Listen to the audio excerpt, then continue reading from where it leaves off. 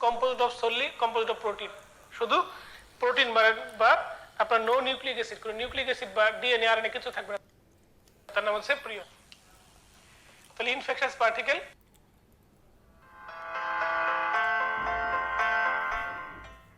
প্রিয়ন কি জিনিস infectious particles composed of solely composed of protein শুধু প্রোটিন বা আপনার নো নিউক্লিক অ্যাসিড কোনো নিউক্লিক অ্যাসিড বা ডিএনএ আরএনএ কিছু থাকবে না তার নাম হচ্ছে প্রিয়ন তাহলে infectious particle composed solely of protein এটাকে বলা হচ্ছে প্রিয়ন প্রিয়ন যে ডিজিজগুলো করে দ্বিতীয় প্যারা দেখেন প্রিয়নের তার নাম হচ্ছে ট্রান্সমিসিবল স্পঞ্জিফর্ম এনকেফালোপ্যাথি প্রিয়ন যে ডিজিজগুলো করে ভালো করে খেয়াল করে দেখেন আমরা স্লাইডের মধ্যে লাল কালিতে দাগাঙ্কিত করেছি ট্রান্সমিসিবল স্পঞ্জিফর্ম এনকেফালোপ্যাথি এই ট্রান্সমিসিবল স্পঞ্জিফর্ম এনকেফালোপ্যাথিগুলো কেমন দেখতে দেখেন আমরা নিচে একটা বক্স দিয়েছে পেজ নাম্বার 138 ভালো করে খেয়াল করুন একে বলা হচ্ছে স্লো ডিজিজ বাম পাশে আছে ভাইরাল ডিজিজ ডান পাশে হচ্ছে prion disease slow viral disease পাইছেন সবাই ভালো করে খেয়াল করে দেখুন আপনি পেয়েছেন slow viral disease caused by prion আছে আর ডান পাশে প্রিয়ন বাম পাশে হচ্ছে ভাইরাস প্রিয়নের নামগুলো দেখেন একটা নম্বরের নাম হচ্ছে কুরুক্ষেত্রের যুদ্ধের কথা মনে আছে কুরুক্ষেত্রের যুদ্ধ কার কার মধ্যে সংঘটিত হয়েছিল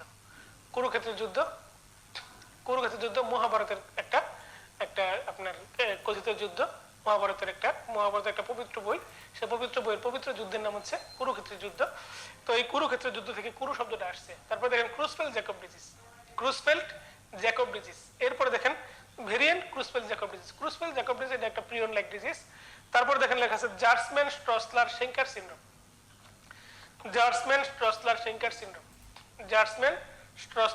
সিনড্রোম তারপর দেখেন লেখা আছে ফ্যাটাল ফ্যামিলিয়াল ইনসোমনিয়া তাহলে যদি আপনাকে কেউ প্রশ্ন করে প্রিয়ন ডিজিজগুলো কিরকম ডিজিজ আপনি বলবেন স্লো ডিজিজ এগুলা বডিতে ঢুকে ডিজিজ প্রসেস করতে অনেক সময় লাগে দীর্ঘদিন সময় লাগে এক নম্বর এক্সাম্পল হচ্ছে Creutzfeldt Jakob disease variant Creutzfeldt Jakob disease এটাকে আরেকটা নাম হচ্ছে স্পোরাডিক ক্রুসফেল্ড তারপরে হচ্ছে জার্সম্যান স্ট্রসলার শেঙ্কার সিনড্রোম আর শেষ হচ্ছে ফ্যাটাল ফ্যামিলিয়াল ইনসোমনিয়া ঠিক আছে এরপরে কি ভাইরাস এই প্রিয়ন ডিজিজের মতো স্লো ডিজিজ করে দেখেন আপনার ছকের মধ্যে আছে প্রোগ্রেসিভ মাল্টিফোকাল লিউকোএনকেফালোপ্যাথি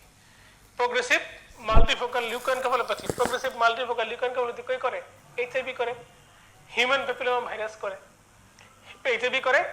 প্যাপিলোমা ভাইরাস করে তারপরে সাবএকিউট স্ক্লেরোজিং প্যারেনকেফালাইটিস এটা কে করে মিজলস সাবএকিউট স্ক্লেরোজিং প্যারেনকেফালাইটিস কে করে মিজলস করে এরপরে দেখেন অ্যাকুয়ার্ড ইমিউন ডেফিসিয়েন্সি সিনড্রোম এটা কে করে এইচআইভি করে তারপরে স্লো ভাইরাল ডিজিজ কে আছে তিনটা এক নাম্বার হচ্ছে এইচআইভি দুই নাম্বার হিউম্যান প্যাপিলোমা ভাইরাস তিন নাম্বার মিজলস তার মানে স্লো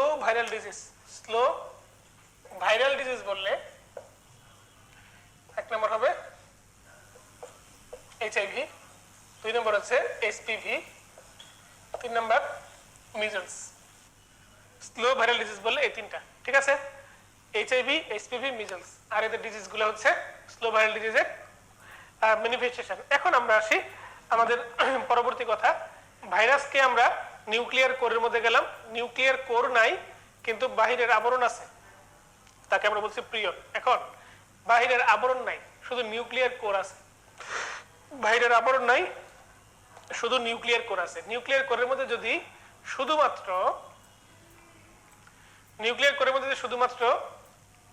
আপনার আরএনএ থাকে তার নাম হচ্ছে ভিরোয়েট তার নাম কি ভিরোয়েট নিউক্লিয়ার কোরের মধ্যে শুধু আরএনএ থাকলে তার নাম হচ্ছে ভিরোয়েট দেখেন পেজ নাম্বার 138 নিচের দিকে খেয়াল করেন নিউক্লিয়ার কোরের মধ্যে শুধু আরএনএ থাকলে তার নাম হচ্ছে ভিরোয়েট আর শুধু ডিএনএ থাকলে তার নাম হচ্ছে সিউডোভিরিয়ন এখন ডিএনএ আছে অথবা আরএনএ আছে ক্যাপসিডও আছে কিন্তু ডিএনএটা একটু ভাঙা ডিএনএ এর মধ্যে একটু ত্রুটি আছে তার নাম হচ্ছে ডিফেক্টিভ ভাইরাস তার নাম কি ডিফেক্টিভ ভাইরাস ভালো করে খেয়াল করুন স্লাইডের মধ্যে ডিএনএ এর নাম হচ্ছে ডিফেক্টিভ ভাইরাস ডিএনএ অথবা আরএনএ এর ফ্র্যাগমেন্টে যদি ভাঙা থাকে বা কোনো জায়গায় ত্রুটি থাকে তার নাম হচ্ছে ডিফেক্টিভ ভাইরাস এই ডিফেক্টিভ ভাইরাসের এক্সাম্পল হচ্ছে হেপাটাইটিস ডি ভাইরাস এইজন্য হেপাটাইটিস ডি ভাইরাস রেপ্লিকেশনের সুবিধার্থে সে হেপাটাইটিস বি ভাইরাসের সাহায্য নেয় হেপাটাইটিস ডি ভাইরাস রেপ্লিকেশনের সুবিধার্থে সে হেপাটাইটিস বি ভাইরাসের সাহায্য নেয় এরপর আসেন এনভেলাপ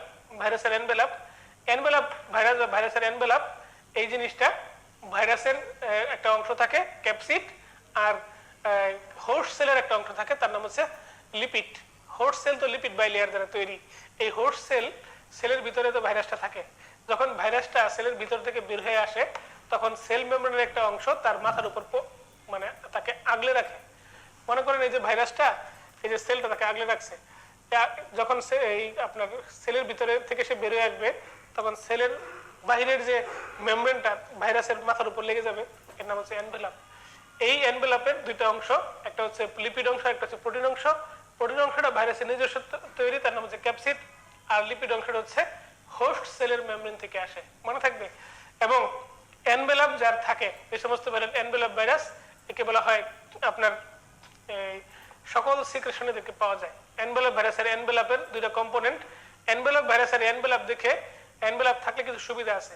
এনভেলাপ যুক্ত ভাইরাসগুলো, এনভেলাপের একটা আবরণিত আমাদের হোস্ট সেলের মেমব্রেন, তো হোস্ট সেলের মেমব্রেন সহ সে যখন অন্য একটা সেলকে অ্যাটাক করতে যায় তখন ওই সেলটা মনে করে গান গেয়ে তরিবে কে যাইও পারে, দেখে যেন মনে হয় চিনি হারে। তো দেখে যেন মনে হয় চিনি হারে এই ম্যানার থেকে তাকে ডেকে নিয়ে আসে কাছাকাছি, তার রিসেপ্টরকে বাড়িয়ে দেয়। সে বলে বাড়িয়ে দাও তোমার হাত, আমি আবার তোমার আঙুল ধরতে চাই। তো এই যে আঙুল ধরার জন্য রিসেপ্টরের সাথে যে বাইন্ড করলো, বাইন্ড করার পর মেমব্রেনটা সরে যায় থেকে, মেমব্রেন সরে যাওয়ার পর সে তার অট্টহাস্যে সামনের দিকে চলে আসে যে আমাকে তুমি ধরে ভুল করেছো। সে বলে জানি না কি ভুল করেছি, একা একা শুধু ভেবেছি। এই ভেবে সেলের ভিতরে সে ঢুকে গেল। ঢুকে যাওয়ার পর সেলের মধ্যে যা ঘটলো সেই ঘটনার নামই হচ্ছে ভাইরাল রেপ্লিকেশন। এই যে এনভেলাপ, এনভেলাপের এতগুলো কথা, এতগুলো চমৎকার চমৎকার কথা দেখবেন আপনি। ভাইরাল এনভেলাপ যে অংশটা আছে, স্ট্রাকচার পেজ নাম্বার 138, স্ট্রাকচারের নিচে দেখেন ভাইরাল এনভেলাপ কথাটা আছে। এই এনভেলাপ কথাটার মধ্যে দেখেন লিপিড, লিপোপ্রোটিন দ্বারা তৈরি, lipid from host cell membrane, protein from virus specific. এরপরে পয়েন্ট নাম্বার 3, 4 এবং 5 আপনাকে মনে রাখতেই হবে, মনে রাখতেই হবে। মনে রাখবেন এনভেলাপ ভাইরাসগুলোর এনভেলাপ থাকার কারণে আমাদের বডি তাকে নিজের মনে করে, ফলে তাকে তার আঙুল ধরে হাঁটতে চায়, রিসেপ্টর ধরে বাঁধতে চায়, বাঁধতে গিয়ে সে ধরা খায়, ধরা খেয়ে সে মরে যায়।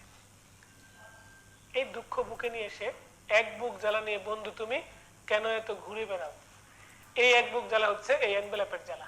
আমরা যাব পেজ নম্বর 139, ভাইরাসের রেপ্লিকেশন যে কথা দিয়ে আমরা শেষ করেছিলাম এনভেলাপ।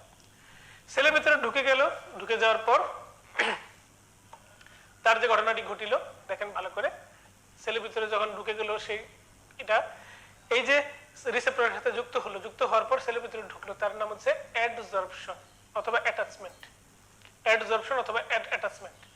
এই অ্যাটাচমেন্টের পর সেলের ভিতরে সে ঢুকে গেল, ঢুকে যাওয়ার পর সে তার মুখোশ উন্মোচন করলো।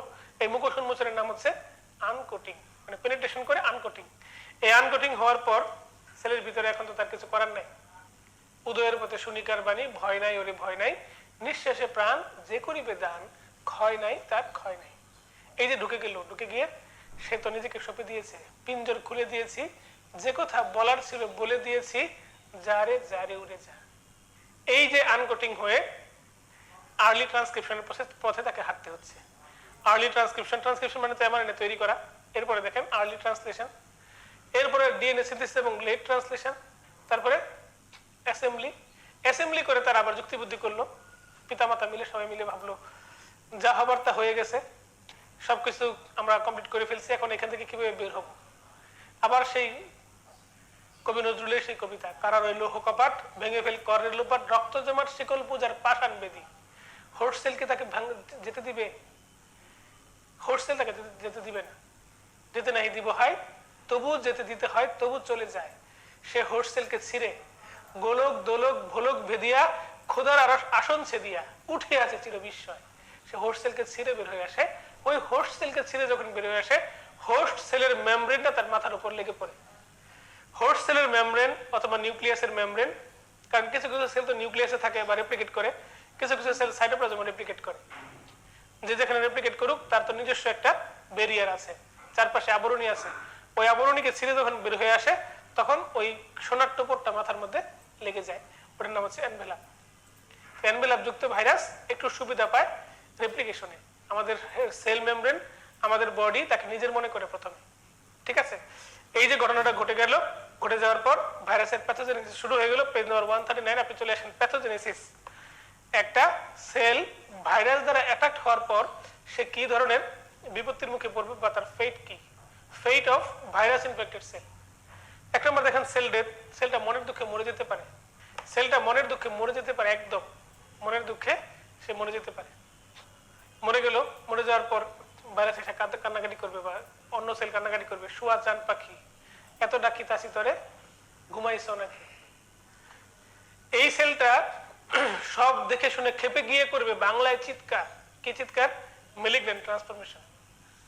6টা ভাইরাস মেলিগন্যান্সিতে কনভার্ট হতে পারে, 6টা ভাইরাস মেলিগন্যান্সিতে কনভার্ট করতে পারে। আমরা সেই ব্যাখ্যা আপনাদেরকে দিতে এসেছি, আমরা সেই কথা আপনাকে শোনাতে এসেছি, সেই মেসেজটি আমরা আপনাকে দিতে এসেছি। সেই 6টা ভাইরাস কারা আপনি জানতে চান, চিনতে চান?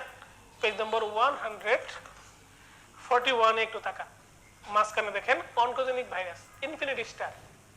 দেখেন ডিএনএ ভাইরাস আছে 4টা, human papilloma virus, hepatitis B virus, তারপরে ইপস্টেইন বার ভাইরাস আর হিউম্যান হার্পিস ভাইরাস 8।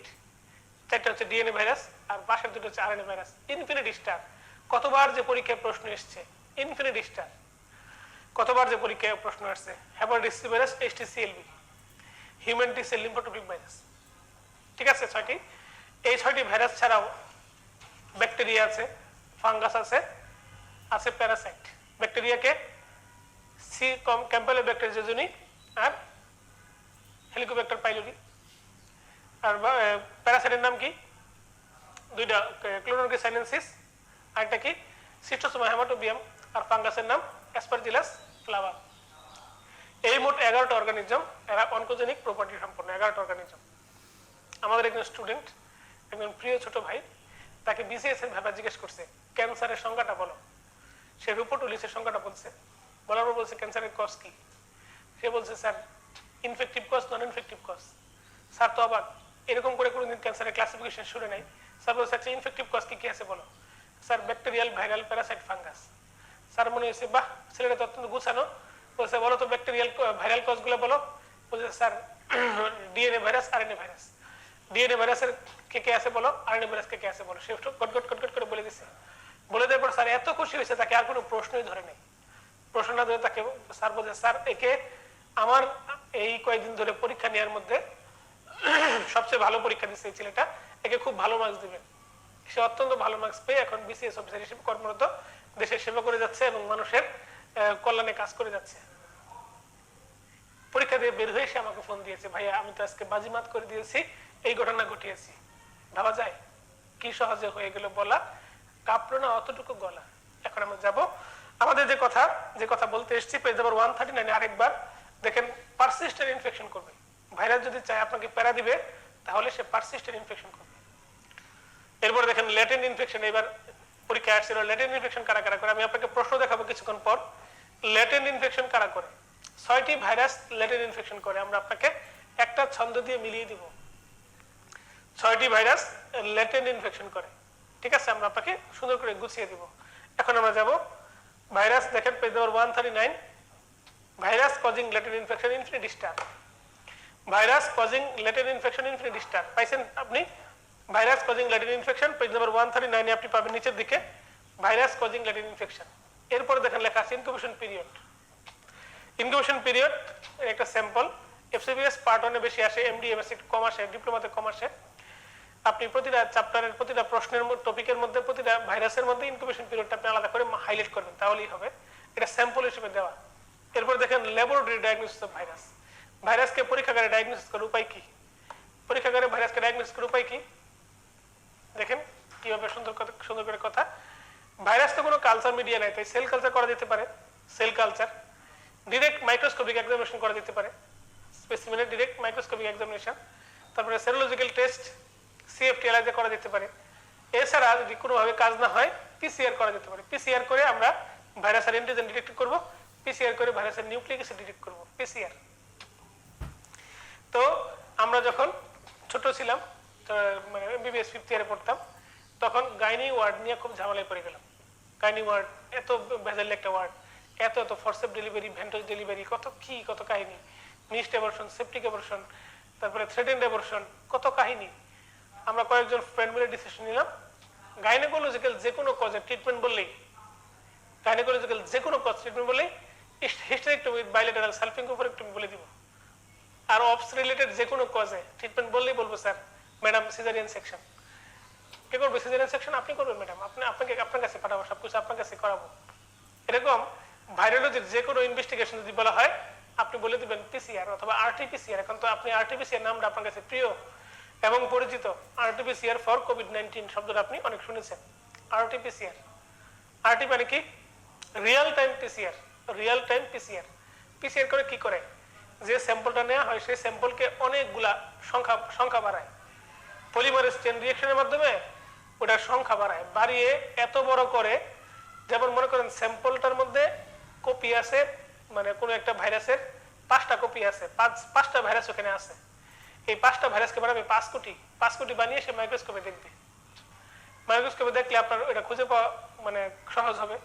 5টা থাকলে স্যাম্পলের মধ্যে খুঁজে পাওয়া কঠিন, কিন্তু 5 কোটি থাকলে তাকে খুঁজে পাওয়া খুব কঠিন কিছু নয়। এই পিসিআর করে অ্যান্টিজেন ডিটেকশন করা যায়, পিসিআর করে অ্যান্টিবডিও ডিটেকশন করা যায়। এই দুইটা টেস্ট 4 এবং 5 নম্বর হচ্ছে পিসিআর বেসড টেস্ট। বুঝতে পারছেন? এরপর আসেন পেজ নাম্বার 140 ভ্যাকসিন। এর পাশে লেখেন 21 নং পেজ দ্রষ্টব্য। আমরা 21 নম্বর পেজে খুব সুন্দর করে গত ক্লাস আলোচনা করে দিয়েছিলাম। আপনি আবার 21 নম্বর পেজটা দেখে ফেলবেন। ব্যাকটেরিয়াল ভ্যাকসিন এবং ভাইরাল ভ্যাকসিন, একটা কোশ্চেন আসবেই। একাধিক কোশ্চেন আসে, ভ্যাকসিন থেকে একটা কোশ্চেন আসবেই। তো এবার প্রশ্ন আসেনি কেন? এবার প্রশ্ন ভ্যাকসিন থেকে সরাসরি আসেনি, স্টেমের মধ্যে ছিল, কিন্তু এই 200 নম্বরের প্রশ্ন তো আগামী বছর হবেই পরীক্ষা। ওই প্রশ্নে এই একটা কোশ্চেন আসবেই, আসবেই আসবে, আসবেই আসবে, আসবেই আসবে। বুঝতে পারছেন? ভ্যাকসিন একটা কোশ্চেন আসবেই, খুবই ইম্পর্টেন্ট। ভ্যাকসিন একটা কোশ্চেন না আসলে মূল্য ফেরত গ্যারান্টি। আপনি প্রশ্ন পাওয়ার পর দেখেন ভ্যাকসিন থেকে প্রশ্ন নাই, প্রশ্নটা স্যারকে ফেরত দিবেন, ফেরত দিয়ে বলবেন আরেকটা প্রশ্ন দেন, দেখুন ওটাতে ভ্যাকসিন থেকে প্রশ্ন আছে। তার মানে কি? আগের প্রশ্ন যদি আপনি গুনেন দেখবেন প্রশ্নের সংখ্যা 199টা, একটা প্রশ্ন কম আছে, কারণ ভ্যাকসিন থেকে প্রশ্ন আসে নাই। অথবা এটা 2006 সালের আগের প্রশ্ন, যখন প্রশ্ন কোনো প্রশ্নই ছিল না। ঠিক আছে? এই যে এই পেজ নাম্বার 141 চলে আসেন। আমরা 141 নম্বর পেজে খুব সুন্দর করে আমরা একটা কথা দিয়েছি, দেখেন oncogenic virus. Oncogenic virus important. এর উপরে দেখেন একটা ছক আছে, infections in pregnancy. Infections in pregnancy, এখানে শুধু কনজেনিটাল ম্যালফরমেশন কথাটা আন্ডারলাইন করবেন বা মার্কার দিয়ে তাকে আপনি মার্ক করবেন। কনজেনিটাল ম্যালফরমেশন, কনজেনিটাল ম্যালফরমেশন অংশটা আপনি মার্কার দিয়ে মার্ক করবেন। ঠিক আছে? এরপরে আপনি চলে আসেন পেজ নম্বর খুব সুন্দর করে পেজ নম্বর 142, আজকের আমাদের রিলেভেন্ট টপিক পেজ নম্বর 142। পুরো পৃথিবী একদিকে আর আমরা অন্যদিক। এই অন্যদিকটা কি? DNA virus. পৃথিবীর সমস্ত ভাইরাসকে দুই ভাগে ভাগ করা যায়, ডিএনএ ভাইরাস আর একটা হচ্ছে আরএনএ ভাইরাস। ডিএনএ ভাইরাস আর একটা হচ্ছে RNA virus. DNA virus, DNA তো একটা ভিআইপি জিনিস, তাই না? তো ডিএনএ ভাইরাসের সংখ্যা পৃথিবীতে খুব অল্প, ফিক্সড। কেউ বলে 13টি, কেউ বলে 15টি, সেই হিসাব আমরা আপনাকে দিব আজকে। আর অনাবিষ্কৃত যে কোনো ভাইরাস আরএনএ ভাইরাস। তাহলে আপনি বলেন করোনা ভাইরাস যে পৃথিবীতে আসে এটা কি ধরনের ভাইরাস? RNA virus. যে কোনো খাইস্টা নাম আরএনএ ভাইরাস। যে কোনো নাম যেটা খুব মানে কোনো কান কোনোদিন শুনে নাই, কোনো চোখ কোনোদিন দেখে নাই, তাই কি হবে? RNA virus. ডিএনএ ভাইরাসের সংখ্যাটা পৃথিবীতে ফিক্সড, অনেকটা অটোজোমাল ডোমিনেন্ট ডিসঅর্ডারের মতো। বুঝতে পারছেন? নতুন ডিজিজ আবিষ্কার হলে অটোজোমাল রিসেসিভ হয়ে যাবে। এখন আসেন এই ডিএনএ ভাইরাসের সংখ্যা। এই ডিএনএ ভাইরাসের সংখ্যা পৃথিবীতে দুই রকম, একটা হচ্ছে এনভেলাপড, একটা হচ্ছে নন এনভেলাপড। নন এনভেলাপডের আরেকটা মানে হচ্ছে নেকেড ভাইরাস। নন এনভেলাপডের আরেকটা মানে হচ্ছে নেকেড ভাইরাস। সবাই একটু খেয়াল করেন। নন এনভেলাপ ভাইরাস হচ্ছে পার্ভো ভাইরাস, বলেন আমার সাথে সাথে, পার্ভো ভাইরাস, পেপিলোমা ভাইরাস আর একটা হচ্ছে অ্যাডেনো ভাইরাস। বলেন পার্ভো ভাইরাস, পেপিলোমা ভাইরাস আর একটা হচ্ছে অ্যাডেনো ভাইরাস। আবার বলেন পার্ভো ভাইরাস, পেপিলোমা ভাইরাস আর একটা হচ্ছে অ্যাডেনো ভাইরাস। ঠিক আছে? এখন আসেন এনভেলাপ ভাইরাস। এনভেলাপ ভাইরাসের সংখ্যা পৃথিবীতে 3 জোড়া। 3 জোড়া না, মানে 3টা family. Herpes family, pox family, hepadna. Herpes family, pox family আর একটা হচ্ছে হ্যাপাডনা। এই herpes family, pox family, hepadna. Herpes ফ্যামিলিতে আছে 6টা ভাইরাস, কেউ কেউ বলে 8টা ভাইরাস। পক্স ফ্যামিলিতে আছে 3টা, 6 আর 3 9। আর হ্যাপাডনার মধ্যে আছে হেপাটাইটিস বি 10, আর বাম পাশে পড়ছেন 3, 13টা। হারপিসে যদি আপনি 8টা বলেন, তাহলে 8 আর 3 11, 11 আর 1 12, 12 আর 3 15টা হবে তখন। বুঝতে পারছেন? তাহলে আবারও আমরা যদি প্র্যাকটিস করি, ডিএনএ ভাইরাসের সংখ্যা পৃথিবীতে 13টা অথবা 15টা ফিক্সড। 13টার মধ্যে আসি আগে নন এনভেলাপড, এনভেলাপ। নন এনভেলাপ 3টার নাম কি বলেছিলাম? পার্ভো ভাইরাস, পেপিলোমা ভাইরাস, আরেকটা অ্যাডেনো। পার্ভোভাইরাস, পেপিলোমা ভাইরাস, একটা অ্যাডেনো ভাইরাস। আর এনভেলপ করেছিলাম ফ্যামিলি।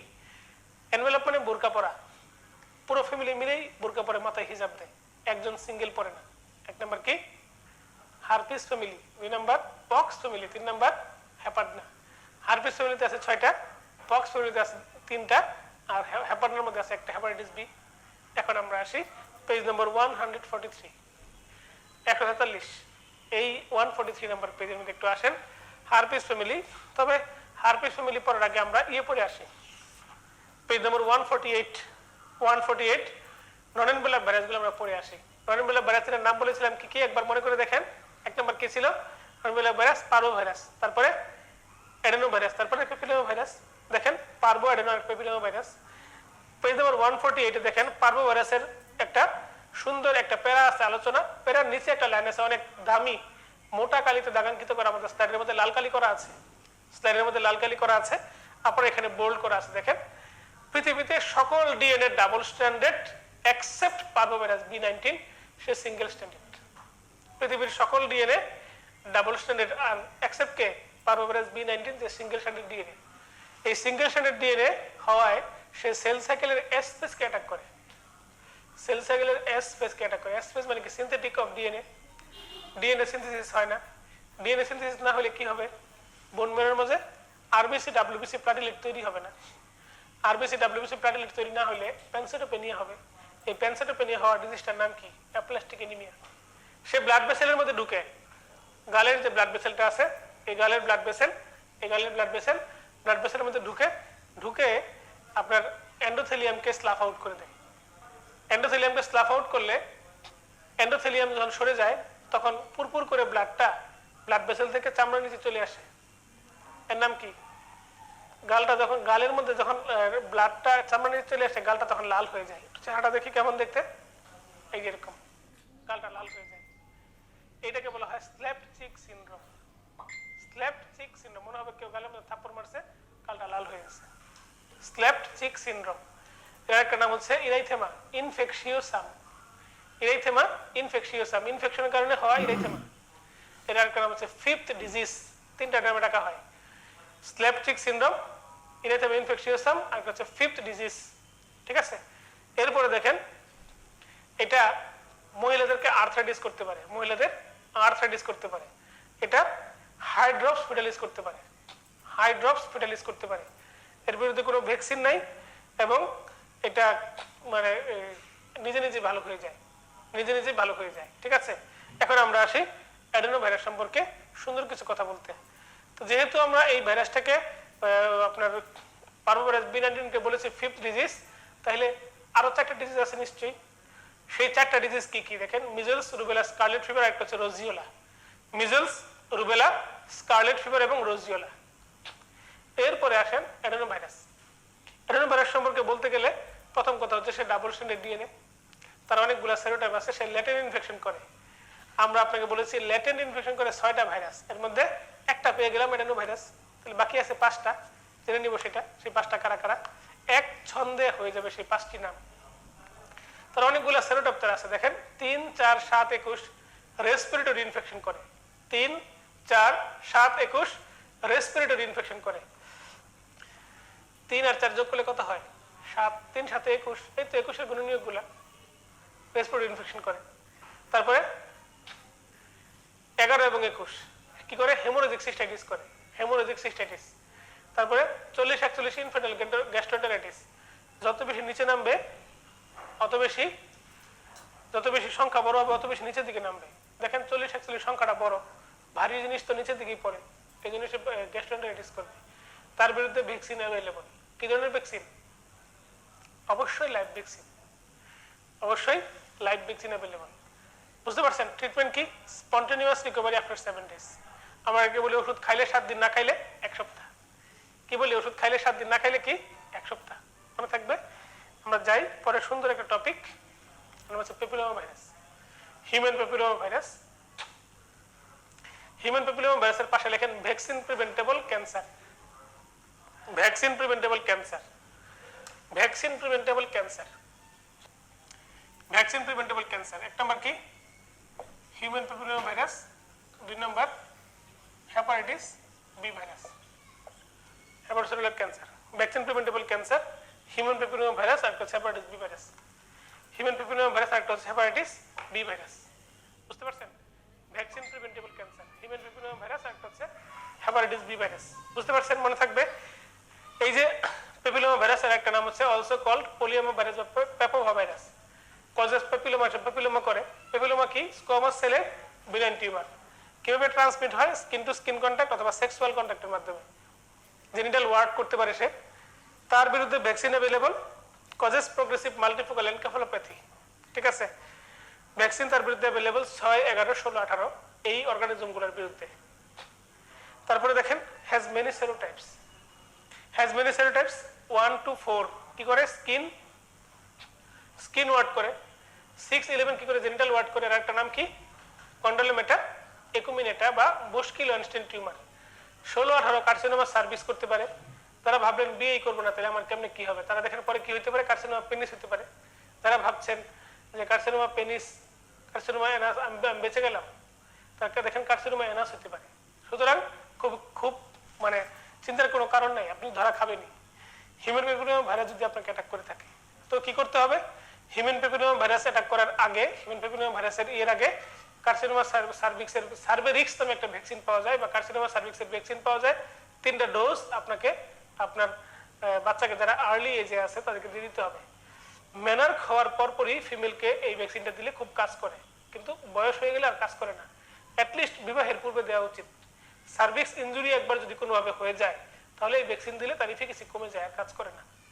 সার্ভিক্স ইনজুরি হয়ে গেছে তো কোনো একটা ব্যক্তিকে যদি তার জীবদ্দশায় মেনার্ক অতিক্রম করার পরপরই কার্সিনোমা সার্ভিক্সের ভ্যাকসিনটা দেওয়া যায়। পৃথিবীতে নারী মৃত্যুর 1 নম্বর কজ কি? নারী মৃত্যুর 1 নম্বর কজ হচ্ছে কার্সিনোমা সার্ভিক্স। নারী মৃত্যুর 2 নম্বর কজ কি? 2 নম্বর কজ হচ্ছে পোস্টপার্টাম হেমোরেজ। বুঝতে পারছেন? নারী মৃত্যুর 1 নম্বর কজ হচ্ছে, 2 নম্বর কজ হচ্ছে আপনার ব্রেস্ট ক্যান্সার, 3 নম্বর কজ হচ্ছে পোস্টপার্টাম হেমোরেজ, আর বাকি সবকিছু আরো অনেক পর। তো পৃথিবীতে কোনো একটা মেয়েকে তার জীবদ্দশায় শুরুতে যদি মেনার্ক হওয়ার পর তাকে যদি কার্সিনোমা সার্ভিক্সের ভ্যাকসিনটা দেওয়া যায়, তাকে যদি হসপিটাল ডেলিভারি ম্যান্ডেটরি করা যায়, তাকে যদি হসপিটাল ডেলিভারি ম্যান্ডেটরি পাশাপাশি তাকে যদি আপনার কনসাস করা যায় নিজের সম্পর্কে, ব্রেস্ট ক্যান্সার সম্পর্কে কনসাস করা যায়, তাহলে পৃথিবীতে একটা মেয়ের মৃত্যুর কোনো কারণ আছে? সে কোনোদিন মরবে না, সে অমরত্ব লাভ করবে। অমরত্ব লাভ করে সে দেখবে পাশের জন তার প্রিয়জন নাই, সে বলবে অমরত্বের প্রত্যাশা নেই, নেই কোনো দাবি দেওয়া, এই নশ্বর জীবনের মানে শুধু তোমাকে চাওয়া। বুঝতে পারছেন? মেয়েরা কোনোদিন পৃথিবীতে মরবে না। চিন্তা করছেন? এরপরে কি হবে? সে বেঁচে থাকবে, চিরকাল বেঁচে থাকবে। একটা মেয়ের বেঁচে থাকা সংসারে কি ইম্পর্টেন্ট? অনেক বেশি ইম্পর্টেন্ট। একটা মেয়ে, একটা মায়ের বেঁচে থাকা অনেক বেশি ইম্পর্টেন্ট, আর বাবার বেঁচে থাকা আরো বেশি ইম্পর্টেন্ট। মা মানে মাথার উপর ছাদ, আর বাবা মানে কি? ছাদের উপর সে গোটা আকাশটা। এখন আসেন, এই যে মেয়েদের কেন এমআই হয় না? মেয়েদের কেন এমআই হয় না বলেন? কারণ মেয়েরা হচ্ছে এমআই এর কজ। ছেলেদের কেন এমআই হয়? কারণ তারা সেই কজের শিকার। যাই হোক, এমনি বললাম, বলার জন্য বলা। মেয়েদেরও হয়, রেয়ার, হয় না বলে চলে। সিসিউতে গিয়ে আপনি খুঁজবেন, দেখবেন মেয়ের রোগী নাই বলেই চলে। কারণ কিউট অসুখগুলো মেয়েদের হয়, অটোইমিউন ডিজিজ, কিউট অসুখ, কিউট ডিজিজ। আর খাইস্টা খাইস্টা ডিজিজ সেগুলো ছেলেদের বেশি হয়। এমআই, তারপরে স্ট্রোক, এগুলো ছেলেদের বেশি হয়। আপনি দেখবেন যে ডিজিজে ডেডলি ডিজিজ, মৃত্যু আছে, সেগুলো ছেলেদের বেশি বেশি হয়। ছেলেরা মরে যায়। বিষ দেখবেন ছেলেরা খায় বিষ, ছেলেরা খুব মানে বিষ খায় মরার জন্য, আর মেয়েরা বিষ খায় বাঁচার জন্য। তো দেখবেন মেয়েরা বিষ খাইলেও ডাইলিট করে খায়। একবার একটা রুগী আসছে সিসিউতে, সে হারপিক খাইছে, এমন খাইস্টা সে হারপিক খাইছে। তাকে যখন এনজি দিতে যাবো, সে বলতেছে হারপিক সে 1 চামচ খাইছে, সে 1 চামচ আবার ডাইলিট করে খাইছে। তো এই মেয়েরা বিষ খায় বাঁচার জন্য, ছেলেরা খায় মরার জন্য। যাই হোক, কারো পক্ষে নয়, কারো বিপক্ষে নয়, আমি বলছি নিরপেক্ষতার সাথে, আপনাকে বলার জন্য নয়, পচানোর জন্য নয়, আপনার প্রতি শ্রদ্ধা রেখে বলছি। আমরা যাব আমাদের আলোচনার সেই টপিক, যে এটা ভ্যাকসিন প্রিভেন্টেবল। সো যাদের বাসায় মেনার্ক অতিক্রম করা ছোট বোন, ভাগ্নি, বাবু আছে, তাকে জিজ্ঞেস করেন বাবু খাইছ, তারপরে বলবেন তাকে এই ভ্যাকসিনটা তাকে 3টা ডোজ দিয়ে দিবেন। 016 3টা ডোজ দিয়ে দিবেন। 1500 টাকা করে 4500 টাকা নিবে হয়তো, আপনি ডোজ 3টা দিয়ে দিবেন। এখন আসেন আমরা যাব আমাদের সুন্দর সেই কথার সুন্দর সেই ভার্সনে, page number 143, DNA envelope virus. 143 DNA envelope virus. DNA envelope ভাইরাসের সংখ্যা দেখেন 6টি আমরা এখানে দিয়েছি। আমাদের পেজ নম্বর 143 তে আপনার কাছে দেখেন 8টা আছে। আমরা ডেভিডসন থেকে নিয়েছি 8টা, কিন্তু লেনজি আছে 6টা। আমরা লেনজি ফলো করি, 8টা খুব কঠিন কিছু না। হারপিস শব্দটা নামের মাঝে আছে, আপনি দেখলে বুঝবেন। হারপিস সিমপ্লেক্স 6 এবং 7, এটা এমন কিছু না। তো প্রথম নামটা যদি বলি হারপিস সিমপ্লেক্স টাইপ 1, দ্বিতীয় নামটা হারপিস সিমপ্লেক্স টাইপ 2, 3 নম্বর নামটা আমরা 3 না, 3 নম্বর নাম হবে ভেরিসেলা জোস্টার ভাইরাস। 3 নম্বর নামটা কি? ভেরিসেলা জোস্টার ভাইরাস। 4 নম্বর কি? Cytomegalo virus. 5 নম্বর ইপস্টেইন বার ভাইরাস। 6 নম্বর হিউম্যান হার্পিস ভাইরাস 8। এই যে 6টা নাম আপনি আবারও একবার পড়বেন। 1 নম্বর কি? হার্পিস সিমপ্লেক্স টাইপ 1, 2 নম্বর টাইপ 2, 3 নম্বর ভেরিসেলা জোস্টার, 4 নম্বর সাইটোমেগালো ভাইরাস, 5 নম্বর ইপস্টেইন বার ভাইরাস, 6 নম্বর হিউম্যান হার্পিস ভাইরাস 8। এই 6টা নামের মধ্যে প্রথম 5টা নাম এরা ল্যাটেন্ট ইনফেকশন করতে পারে। এই জন্য সিরিয়াল ধরে মনে রাখাটা খুব ইম্পর্টেন্ট। প্রথম 5টা নাম ল্যাটেন্ট ইনফেকশন করতে পারে। প্রথম 5টা নাম কি করে বলেন? ল্যাটেন্ট ইনফেকশন করে। এর আগে বলে আসছিলাম না আমরা অ্যাডেনোভাইরাস ল্যাটেন্ট ইনফেকশন করে। তাহলে ল্যাটেন্ট ইনফেকশন করে 6টা ভাইরাসের মধ্যে 6টা ভাইরাসের নাম যদি জিজ্ঞেস করি কি বলবেন?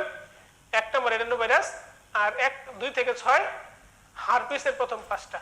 2 থেকে 6 কে হারপিসের প্রথম 5টা। দেখেন কি সহজে হয়ে গেল বলা, কাঁপলো না অতটুকু গলা।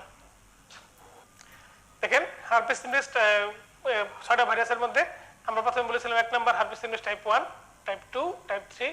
টাইপ 3 মানে varicella zoster, cytomegalo virus, Epstein Barr virus, একটা হচ্ছে হিউম্যান হার্পিস ভাইরাস 8। প্রথম 5টা হচ্ছে কি করে বলেছিলাম? ল্যাটেন্ট ইনফেকশন করতে পারে। প্রথম 5টা ল্যাটেন্ট ইনফেকশন করতে পারে। এর মাঝে মাঝে আরেকটা কথা বলি, প্রথম 4টা এরা মাল্টি নিউক্লিয়েটেড জায়ান্ট সেল তৈরি করতে পারে। প্রথম 4টা কি করতে পারে? মাল্টি নিউক্লিয়েটেড জায়ান্ট সেল তৈরি করতে পারে। So multi nucleated giant cell কথাটা important. Multi nucleated giant cell okay. হারপিসের প্রথম 4টা, 1 নম্বর কি? Herpes simplex type 1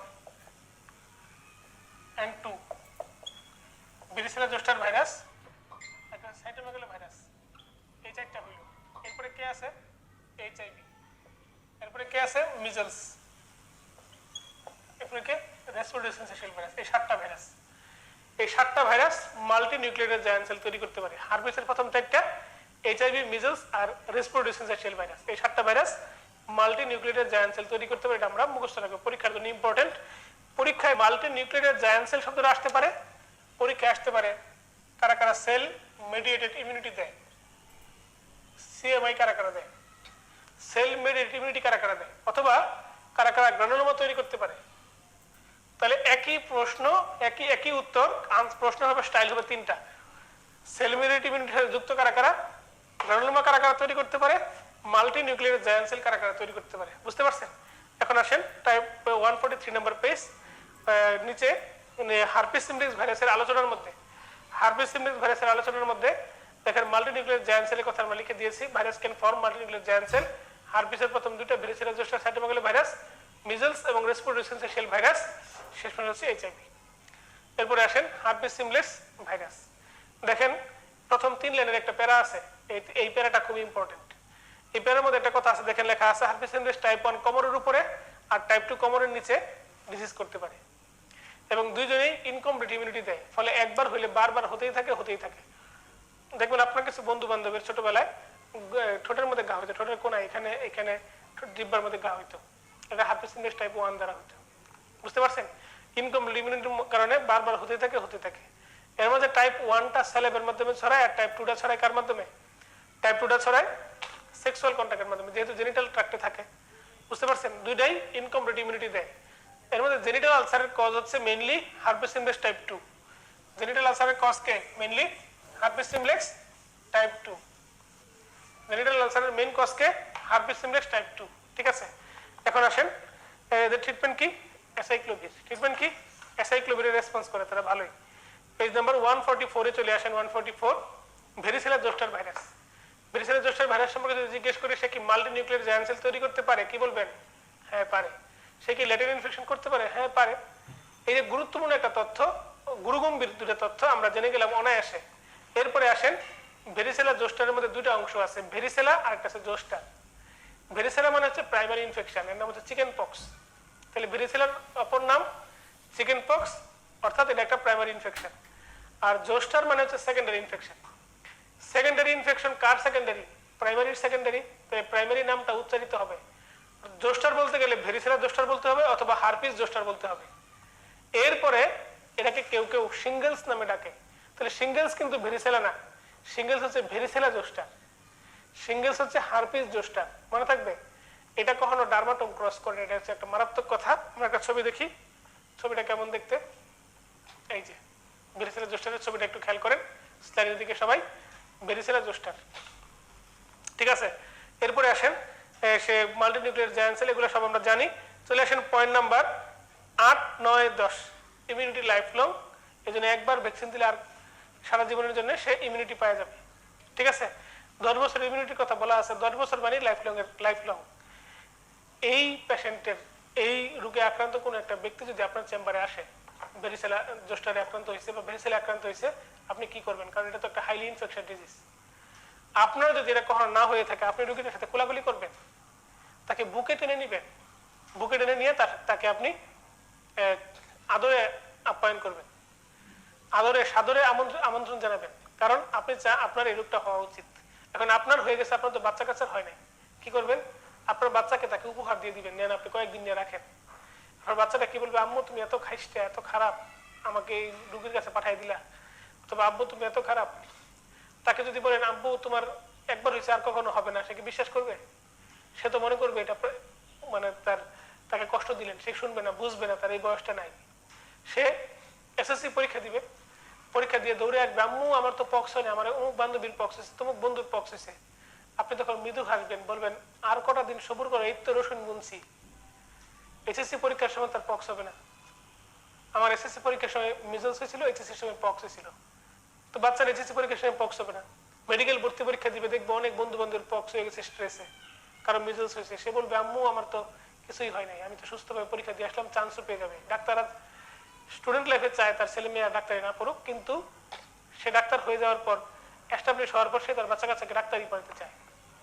medical fourth ইয়ারে যাবে, সে মাইক্রোবায়োলজি বইটা নিয়ে বসবে, ইমিউনোলজি পড়বে, তারপরে ভাইরোলজি পড়বে, পড়ার পরে দেখবে লাইফ লং ইমিউনিটি, বইটা সে ছুঁড়ে ফেলে দিবে, ছুঁড়ে ফেলে দিয়ে আপনার কাছে দৌড়ে আসবে, আম্মু, বাংলা সিনেমার মতো আপনাকে বলবে, বুকে জড়ায় ধরবে, অথবা আব্বু বুকে জড়ায় ধরবে, আপনাকে বলবে তুমি তো সেদিন ঠিকই বলেছিলে, আমি তোমাকে কত ভুল বুঝছিলাম। এখন যদি আপনি সঠিক সময়ে তাকে পৃথিবীতে এনে থাকেন, এই মোহনীয় কমনীয় নৈসর্গিক দৃশ্যটা আপনি দেখতে পারবেন। না হইলে কি করবেন? আপনি ফটোগ্রাফ হয়ে যাবেন। ফটোগ্রাফের নিচে আপনার বাবুটা কাঁদবে, আপনি সেখানে চোখে জল ফেলবেন ফটোগ্রাফের পিছনে।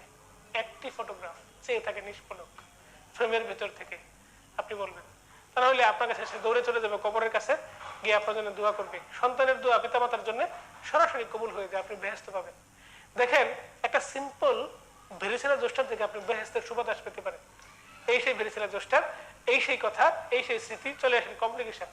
যদি আপনি কাজগুলো না করেন কি কমপ্লিকেশন হবে? দেখেন লেখা আছে pneumonia, encephalitis, race syndrome. Race syndrome নিয়ে আবার কিছু কথা তৈরি হয়ে যাবে। 16 বছরের কম বয়স্ক বাচ্চাদের যদি ইনফ্লুয়েঞ্জা ভেরিসেলা জোস্টার দ্বারা আক্রান্ত হয়, ভেরিসেলা জোস্টার অথবা ইনফ্লুয়েঞ্জা দ্বারা আক্রান্ত হলে, আগে প্যারাসিটামল ছিল না, প্যারাসিটামল তো 80-এর দশকে বাজারে আসছে, এর আগে ছিল অ্যাসপিরিন। অ্যাসপিরিন দিলে হেপাটিক এনকেফালোপ্যাথি হতো, হেপাটিক ডিজেনারেশন হইতো, সেখান থেকে ইউরিয়া সাইকেল নষ্ট হয়ে অ্যামোনিয়াটা ব্লাড ব্রেন ব্যারিয়ার ক্রস করে চলে যেত ব্রেনের মধ্যে, সেরেব্রাল ইডেমা হতো, তার ফিচার ডেভেলপ করতে হেপাটিক এনকেফালোপ্যাথি। এই যে ইকোস্পিরিন বা অ্যাসপিরিন, এই যে ভেরিসেলা জোস্টার, এই যে ইনফ্লুয়েঞ্জা, এই হেপাটিক এনকেফালোপ্যাথি, লাইফ থ্রেটানিং কন্ডিশন, এই ঘটনাটাকে বলা হচ্ছে রেস সিনড্রোম বা রাইস সিনড্রোম। চলে আসেন পেজ নাম্বার 145। 145 নম্বর পেজ, সাইটোমেগালোভাইরাস। সাইটোমেগালোভাইরাস, সাইটো মানে সেল, মেগালো মানে বড় করা, মাল্টি নিউক্লিয়ার জায়ান্ট সেল সে তৈরি করে বলে তার নাম হচ্ছে সাইটোমেগালোভাইরাস। তার নাম কি? সাইটোমেগালোভাইরাস। এই সাইটোমেগালোভাইরাস কনজেনিটাল অ্যানোমালির মোস্ট কমন কজ, কনজেনিটাল অ্যানোমালির most common cause, giant cell তৈরি করতে পারে বলে তার নাম হচ্ছে সাইটোমেগালোভাইরাস। তারপরে ডিজিজগুলো কি করে? নিউমোনিয়া, দেখেন diseases pneumonia, hepatitis in immune compromised patient, acute hepatorenal infection, infectious mononucleosis করে। ইনফেকশাস মনোনিউক্লিওসিস লাইক সিনড্রোম, তারপরে হেপাটোমেগালি, তারপরে দেখেন ইনক্লুশন বডি তৈরি করতে পারে, রেটিনাইটিস করতে পারে, রেটিনাইটিস করতে পারে, মানে অন্ধত্বের একটা কারণ। সাইটোমেগালো ভাইরাস অন্ধত্বের একটা কারণ, অন্ধত্বের একটা কারণ হচ্ছে সাইটোমেগালো ভাইরাস। তারপরে সেল সাপ্রেসেস টি সেল, গ্যাংসাইক্লোভির তার ট্রিটমেন্ট, তবে এই গ্যাংসাইক্লোভির ট্রিটমেন্ট দিলে কি বোন ম্যারো সাপ্রেশন হতে পারে। কমপ্লিকেশন কি, সাইটোমেগালো ভাইরাস যদি অ্যাটাক করে কমপ্লিকেশন কি হবে, ডিজিজ তো এটা, কমপ্লিকেশন কি অটোইমিউন হেমোলাইটিক অ্যানিমিয়া হতে পারে। আপনি অটোইমিউন হেমোলাইটিক অ্যানিমিয়ার যে চার্টটা আছে সেখানে একোয়ার্ড কজের মধ্যে আপনি সাইটোমেগালো ভাইরাসের নামটা পাবেন। এরপরে দেখেন পেরিকার্ডিটিস করতে পারে, নিউমোনাইটিস করতে পারে, আর্থ্রোপেথিস। নিউমোনাইটিস মানে হচ্ছে আরটিআই, রেসপিরেটরি ট্র্যাক্ট ইনফেকশনকে নিউমোনাইটিস বলে। এর সাথে যদি কনসলিডেশন চলে আসে তখন তার নাম হয় নিউমোনিয়া, ঠিক আছে। কনসলিডেশন আসে তার নাম হচ্ছে নিউমোনিয়া। তারপরে কিভাবে ছড়ায়, ট্রান্সমিশন হয় ব্রেস্ট মিল্কের মাধ্যমে আর ইউরিনের মাধ্যমে। একটা বাচ্চা তার মায়ের কাছ থেকে নিবে সে ব্রেস্ট মিল্কের মাধ্যমে, আর সে পৃথিবীতে ছড়াবে ইউরিনের মাধ্যমে, বাচ্চার ইউরিনের মাধ্যমে ছড়ায় যাবে পৃথিবীতে। এখন এই যে কনজেনিটাল অ্যানোমালি সে করে, তার ক্লিনিক্যাল ফিচারগুলো কি একটু ভালো করে খেয়াল করেন, একটা স্টার দেন এবং তার স্প্রেড ভায়া দেখেন লেখা আছে transmission breast milk and urine. Transmission কিভাবে হবে, breast milk and urine, transmission urine, breast milk and ইউরিনের মাধ্যমে সে ছড়ায়। এখন দেখেন ব্রেস্ট মিল্কের মাধ্যমে আর কে কে ছড়ায়, সাইটোমেগালো ভাইরাস ছড়াইলো, এইচআইভি ছড়াইলো, এইচটি সিএলভি ছড়াইলো, ইনফিনিটি স্টার। এই প্রশ্নটা পরীক্ষায় মাঝে মাঝে আসে। ব্রেস্ট মিল্কের মাধ্যমে আর কে কে ছড়ায়, cytomegalo virus, HIV, HT CLV, ঠিক আছে। সাইটোমেগালো ভাইরাস, এইচআইভি এবং এইচটি সিএলভি। চলে আসেন পেজ নাম্বার 145 এর নিচে, Epstein Barr virus. Epstein Barr virus, Epstein Barr virus খুবই ইম্পর্টেন্ট। ইপস্টেইন বার ভাইরাস এটা কি, এটা দেখেন এর point number 2, infects B lymphocyte. B লিম্ফোসাইটকে অ্যাটাক করে the site of C3 receptor, C3 রিসেপ্টরের সাইট দিয়ে সে অ্যাটাক করে। তারপরে দেখেন ট্রান্সমিটস ভায়া স্যালাইভা, সে স্যালাইভার মাধ্যমে ছড়ায় বলে কে বলা হয় কিসিং ভাইরাস। কি বলে, কিসিং ভাইরাস। স্যালাইভার মাধ্যমে ছড়ায় বলে কি বলা হয়, কিসিং ভাইরাস। এরপরে আসেন, এর কোনো ভ্যাকসিন নাই। চলে আসেন না ডিজিজগুলো কি কি, ডিজিজগুলো দেখেন। এক নম্বর কি, ইনফেকশাস মনোনিউক্লিওসিস। এক নম্বর কি, ইনফেকশাস মনোনিউক্লিওসিস। এক নম্বর কে, ইনফেকশাস মনোনিউক্লিওসিস। এটা কি, অপর নাম হচ্ছে গ্ল্যান্ডুলার ফিভার। অপর নাম কি, গ্ল্যান্ডুলার ফিভার, গ্ল্যান্ডুলার ফিভার, অপর নাম হচ্ছে গ্ল্যান্ডুলার ফিভার। তারপরে বার্কেটস লিম্ফোমা, তারপরে B cell lymphoma, nasopharyngeal carcinoma, oral hairy leukoplakia, thymic carcinoma, X linked lymphoproliferative syndrome. তাহলে অনকোজেনিক ভাইরাস আর একটা নাম কি, ইপস্টেইন বার ভাইরাস, ঠিক আছে। এখন আসেন page number 146, herpes virus 8, herpes human herpes virus 8 অথবা Kaposi's sarcoma associated virus, Kaposi's sarcoma associated virus. Point number 1টা একটু পড়েন। সে ক্যাপোসিস সার্কোমা করে কাদের, এইডস এর পেশেন্টদের। সে কি নন এইডস পেশেন্টদের করে না, ক্যাপোসিস সার্কোমা নন এইডস পেশেন্টদের সে করতে পারে, non AIDS patient also. Page number point number 4 একটু দেখেন, নন এইডস পেশেন্টদেরও ক্যাপোসিস সার্কোমা করতে পারে। তারপরে সেই মেকানিজম কি, টিউমার সাপ্রেসর জিনকে সে সাপ্রেস করে। টিউমার সাপ্রেসর জিনকে যে সাপ্রেস করবে তাহলে ক্যান্সারকে থামানোর আর কেউ থাকলো না, ক্যান্সার হয়ে যাবে। সে কিভাবে ছড়ায়, সেক্সুয়াল কন্টাক্ট অথবা অর্গান ট্রান্সপ্লান্টের মাধ্যমে ছড়াইতে পারে। সে কোথাকার cancer, point number 5, malignancy of vascular endothelium. Vascular endothelium এর malignancy, site, skin, oral cavity, soles, GIT এবং lungs. Can infect B cell, cause primary infection lymphoma. Diagnosis কিভাবে করবেন, বায়োপসি করে। ট্রিটমেন্ট কি, alpha interferon, vinblastine, no vaccine. তাই ইন্টারফেরনের পাশে লেখেন ইন্টারফেরন, এটা কি জিনিস, ন্যাচারাল অ্যান্টিভাইরাল। ইন্টারফেরন কি, natural antiviral agent. Natural antiviral এজেন্টকে বলা হচ্ছে ইন্টারফেরন, ঠিক আছে। এখন আসেন, আমরা আরো একটা অনকোজেনিক অর্গানিজম পেয়ে গেলাম, তার নাম হিউম্যান হারপিস ভাইরাস 8 অথবা ক্যাপোসিস সার্কোমা অ্যাসোসিয়েটেড ভাইরাস। এটা হচ্ছে DNA virus. DNA oncogenic virus আরেকটা বাকি আছে, তার নাম কি, হেপাটাইটিস বি। আরেকটা নাম কি, হেপাটাইটিস বি ভাইরাস। এখন আসেন পেজ নম্বর 147, পক্স ভাইরাস। তার আগে viral cause of latent infection আমরা আগে দেখিয়েছি আপনাকে। এক নম্বর কি, অ্যাডেনো ভাইরাস, আর বাকি 5টা কে, হারপিসের প্রথম 5টা, হারপিসের প্রথম 5টা। দেখেন herpes simplex 1, varicella zoster, latent infection in thoracic or trigeminal sensory ganglia. Herpes simplex 2, latent in lumbar and sacral sensory ganglia. Epstein Barr virus, cytomegalo virus, adeno virus, এরা সবগুলাই কোনো না কোনো এই ইয়েতে কেউ লিম্ফোসাইটে কেউ লিউকোসাইটে সে লেটেন্সি নেয়, তো কোনো অ্যান্টিভাইরাল ড্রাগ তাদেরকে খতম করতে পারে না। একটা প্রশ্ন আসছে, virus which are likely to establish latent infection, pox virus false, dengue false, HIV false, herpes simplex virus true, কারণ হার্পিসের প্রথম 5টার মধ্যে সে পড়ে। দেখেন 2021 সালে একটা প্রশ্ন আসছে রেসিডেন্সিতে, একবিংশতম প্রশ্ন, virus that typically established latent infections in human sensory ganglia, শুধুমাত্র সেন্সরি গ্যাংলিয়া, তাহলে আনসার কি কি হবে? হার্পিস হবে আর ভেরিসেলা হবে, হার্পিস সিমপ্লেক্স টাইপ 1 2 আর ভেরিসেলা। দেখেন 1 নম্বর কি হার্পিস সিমপ্লেক্স ভাইরাস, এটা ট্রু হবে। Hepatitis B virus false, sensory ganglia সে লেটেন্সি নেয় না। ভেরিসেলা জোসটা ট্রু হবে। নিপা আর রুবেলা ফলস হবে। মনে থাকবে, কারণ নিপা রুবেলা তারা লেটেন্সি করে না, লেটেন্সি করে 6 জন, কে কে? অ্যাডেনো ভাইরাস আর হার্পিসের প্রথম 5টা। মনে থাকবে সবার। আমরা যাব পরের তথ্য, পক্স ভাইরাস, ডিএনএ ভাইরাসের মধ্যে একটা তথ্য পক্স ভাইরাস সম্পর্কে জানতে। দেখেন page number 147, pox virus, DNA ভাইরাসের আরেকটা দামি তথ্য, দামি জিনিস, পক্স ভাইরাস। পক্স হচ্ছে পৃথিবীতে সবচেয়ে বড় ভাইরাস, লার্জেস্ট এবং মোস্ট কমপ্লেক্স ভাইরাস হচ্ছে পক্স ভাইরাস, লার্জেস্ট এবং মোস্ট কমপ্লেক্স। তাহলে স্মলেস্ট ভাইরাসের নাম কি? স্মলেস্ট ভাইরাসের নাম হচ্ছে পোলিও ভাইরাস। পোলিওকে বলা হচ্ছে পৃথিবীতে সবচেয়ে ছোট ভাইরাস, আর সবচেয়ে বড় ভাইরাসের নাম কি? Pox virus. মনে থাকবে সবার। আসেন স্মল পক্স। ওই পক্স ভাইরাস 3 প্রকার, স্মল পক্স, ভ্যাকসিনিয়া আর মোলাস্কাম কন্টাজিওসাম। স্মল পক্স, ভ্যাকসিনিয়া এবং মোলাস্কাম কন্টাজিওসাম। স্মল পক্স ভাইরাসটা দেখেন, আর একটা নাম হচ্ছে ভেরিয়েলো ভাইরাস। এটা মানুষের ক্ষতি করছে অনেক, এতই ক্ষতি করছে মানুষ এর বিরুদ্ধে রুখে দাঁড়িয়েছে, একে পৃথিবী থেকে মানুষ ইরাডিকেট করে দিয়েছে এবং এদেশ থেকে তাকে তাড়িয়ে দেওয়া হয়েছে। এই জন্য সে মাঝে মাঝে বাংলার বুকে, এই বাংলার আকাশে বাতাসে ছড়িয়ে যায় এবং ছড়িয়ে পড়ে মানুষের ক্ষতি করার চেষ্টা করে। এই জন্য বলা হয় বায়োটেররিজম। কেন তাকে এই দেশ থেকে ইরাডিকেট করা হয়েছে? Replicate in the cytoplasm. দেখেন ডিএনএ ভাইরাস, ডিএনএ কোথাকার স্ট্রাকচার বলেন? ডিএনএ কোথাকার স্ট্রাকচার? নিউক্লিয়াসের স্ট্রাকচার। তাহলে ডিএনএ ভাইরাস কই থাকবে? নিউক্লিয়াসে থাকবে। একমাত্র গাদ্দার মির্জাফর ডিএনএ ভাইরাসের পক্স ভাইরাস, যে ডিএনএ ভাইরাস হওয়া সত্ত্বেও সে সাইটোপ্লাজমে রেপ্লিকেট করে, এই জন্য তাকে পৃথিবী থেকে ইরাডিকেট করা হয়েছে। তবে সে মাঝে মাঝে আসে। আমি যুগে যুগে আসি মহাপূর্ণ বিপ্লব হেতু, এই সৃষ্টির শুনি মহাকাল ধূমকেতু।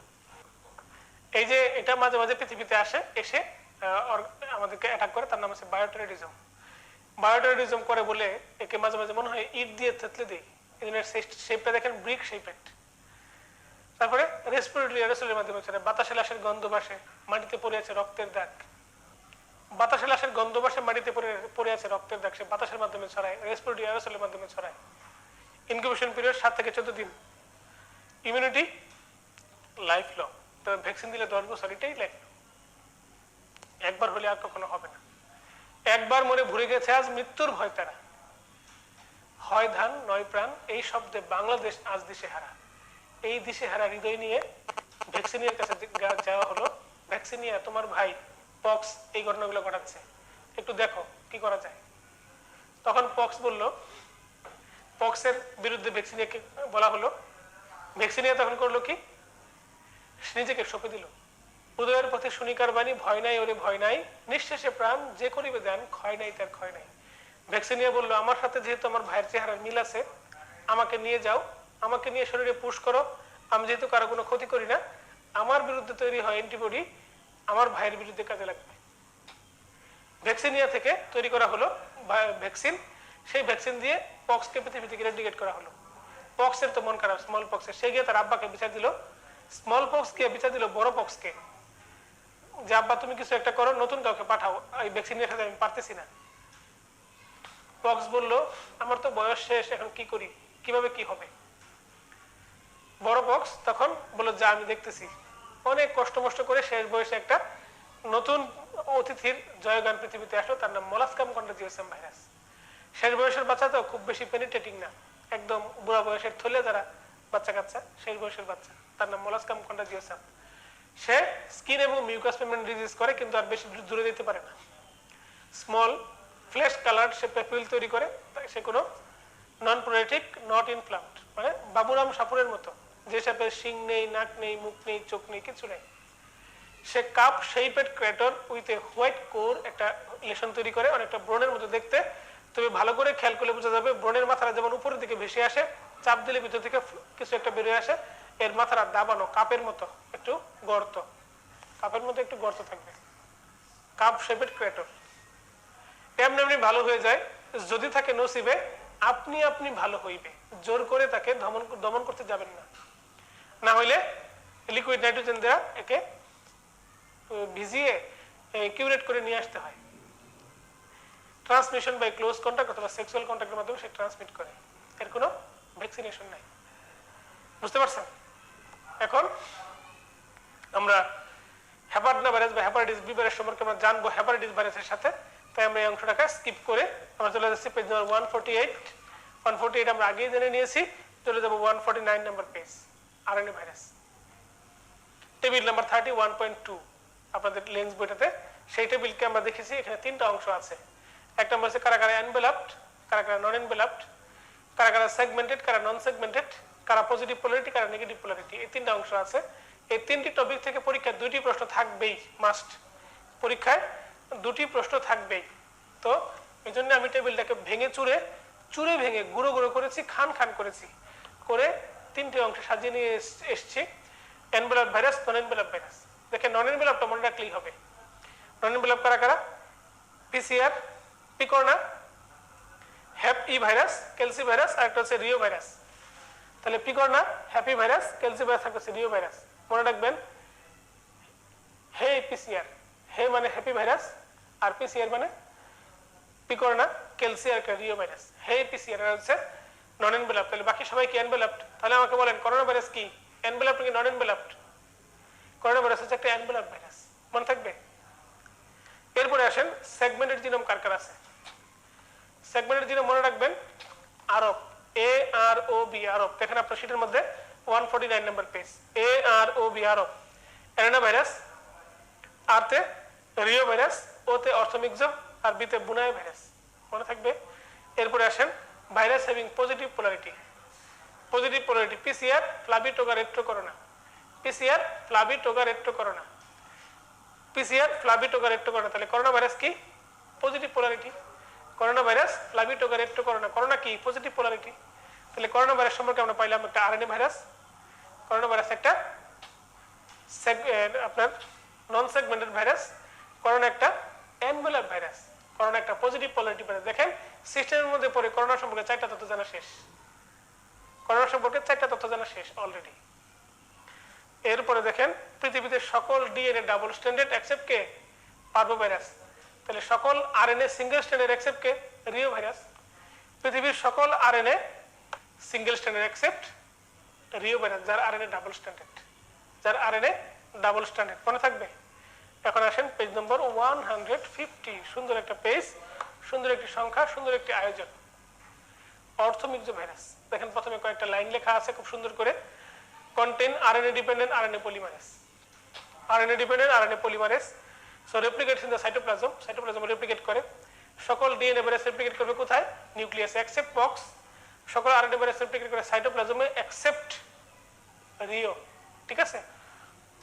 ইনফ্লুয়েঞ্জার 3টা সেরোটাইপ আছে, A B C, 3টা সেরোটাইপ ইনফ্লুয়েঞ্জা থেকে পরীক্ষা প্রশ্ন আসছে গতবার রেসিডেন্সিতে আমরা দেখব। তার 8টা সেগমেন্টেড জিনোম থাকে। তারপরে দেখেন point number 3, point number 2, A হচ্ছে প্যান্ডেমিক, B হচ্ছে এন্ডেমিক, আর C হচ্ছে মাইল্ড আরটিআই করে।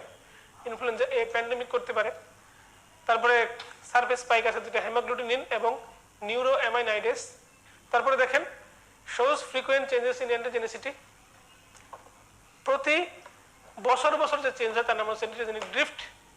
8 থেকে 10 বছর পর একটা লং টার্ম মেয়াদি চেঞ্জ হয় তার নাম হচ্ছে অ্যান্টিজেনিক শিফট। শিফট এবং ড্রিফট দুইটাই এই ইনফ্লুয়েঞ্জাতে হয়। তার ভাইরেমিয়া হয় না, নেক্রোসিস হতে পারে। তবে ভ্যাকসিন তার 3 ধরনের, লাইভ ভ্যাকসিনও আছে, কিল ভ্যাকসিনও আছে, সাবইউনিট ভ্যাকসিনও তার আছে। তারপরে দেখেন তার ইনকিউবেশন পিরিয়ড 24 থেকে 48 ঘন্টা, 1 থেকে 2 দিন। কোনো প্রিয়জনকে নিয়ে আপনি মোটরসাইকেলের পিছনে বসে ঘুরে আসলেন, পরের দিন আপনি বিছানা থেকে উঠতে পারছেন না, শরীর ব্যথা, নাকের পানি চোখের পানি এক হয়ে গেছে, সকল পানি বের হয়ে গেছে। অর্গানিজমের নাম কি? ইনফ্লুয়েঞ্জা। যারা স্মোকার তাদের জন্য একটা সুখবর, স্মোকারদের এই অসুখটা বেশি বেশি হয় ইনশাআল্লাহ। রেস সিনড্রোম, আমরা আগেই বলেছিলাম রেস সিনড্রোম, ইনফ্লুয়েঞ্জাতে হয়, আরেকটা হচ্ছে ব্যারিসেলা জোস্টারে হয়। এই কথাটা হচ্ছে রেস সিনড্রোম। আর ইনফ্লুয়েঞ্জা একটা মারাত্মক দামি কথা হচ্ছে ওষুধ খাইলে 7 দিন, না খাইলে 1 সপ্তাহ। ওষুধ খাইলে 7 দিন, না খাইলে কি 1 সপ্তাহ। নিচে চলে আসেন এভিয়ান ইনফ্লুয়েঞ্জা, H5N1 কে ইনফ্লুয়েঞ্জা ভাইরাস বার্ড ফ্লু করে। H5N1 ARDS করতে পারে, H5N1 ARDS করতে পারে। নিচের দিকে দেখেন লেখা আছে। Page number 151 paramyxo virus. দেখেন তার আগে একটা প্রশ্ন দেখি আমরা, 2021 সালে আসছিল। Influenza A virus can cause pandemic, true. Response to rimantadine, true. Neuraminidase inhibitor, এটা true. Can undergo antigenic shift এবং ডিফ, এটাও true. Vaccination confers life long protection, 1 বছর মেয়াদি প্রোটেকশন দেয়, কারণ এন্টিজেনিক প্রতি বছর ড্রিফট হয়ে যায়। এন্টিজেনিক ড্রিফটের কারণে সে ভ্যাকসিনটা পুরোপুরি প্রোটেকশন দেয় না, সুতরাং এটা ফলস হবে। ঠিক আছে, আরেকটা প্রশ্ন দেখি। ভাইরাস কজিং কমন কোল্ড আর, কমন কোল্ড করে কারা কারা? ইনফ্লুয়েঞ্জা এই virus, influenza true. Rhino virus common cold করে, true. Adeno virus respiratory tract infection RTI করে, true. Para influenza, respiratory syncytial virus para ইনফ্লুয়েঞ্জার মধ্যে পড়ে। Para influenza virus common cold করে। করোনা ভাইরাস, এই কমন কোল্ড করোনা ভাইরাস নিয়ে একটা controversy আছে। কমন কোল্ড করোনা ভাইরাস, এটা ট্রু দেওয়া যায়, ট্রু দেওয়া উচিত। কমন কোল্ড করে করোনা ভাইরাস 80% মানুষ এমনি ভালো হয়ে গেছে। অনেকেই তো ডায়াগনোসিসের আওতায় আসে নাই, এমনি এমনি সে ট্রিটমেন্ট নিয়েছে, ট্রিটমেন্ট নিয়ে ভালো হয়ে গেছে, সুস্থ হয়ে গেছে। Page number 151 paramyxo virus. দেখেন প্যারামিক্সো ভাইরাস কয়টা আছে? 4টা। সবাই পড়েন একটু দেখে দেখে। Measles, mumps, respiratory syncytial virus, আর একটা হচ্ছে para influenza virus.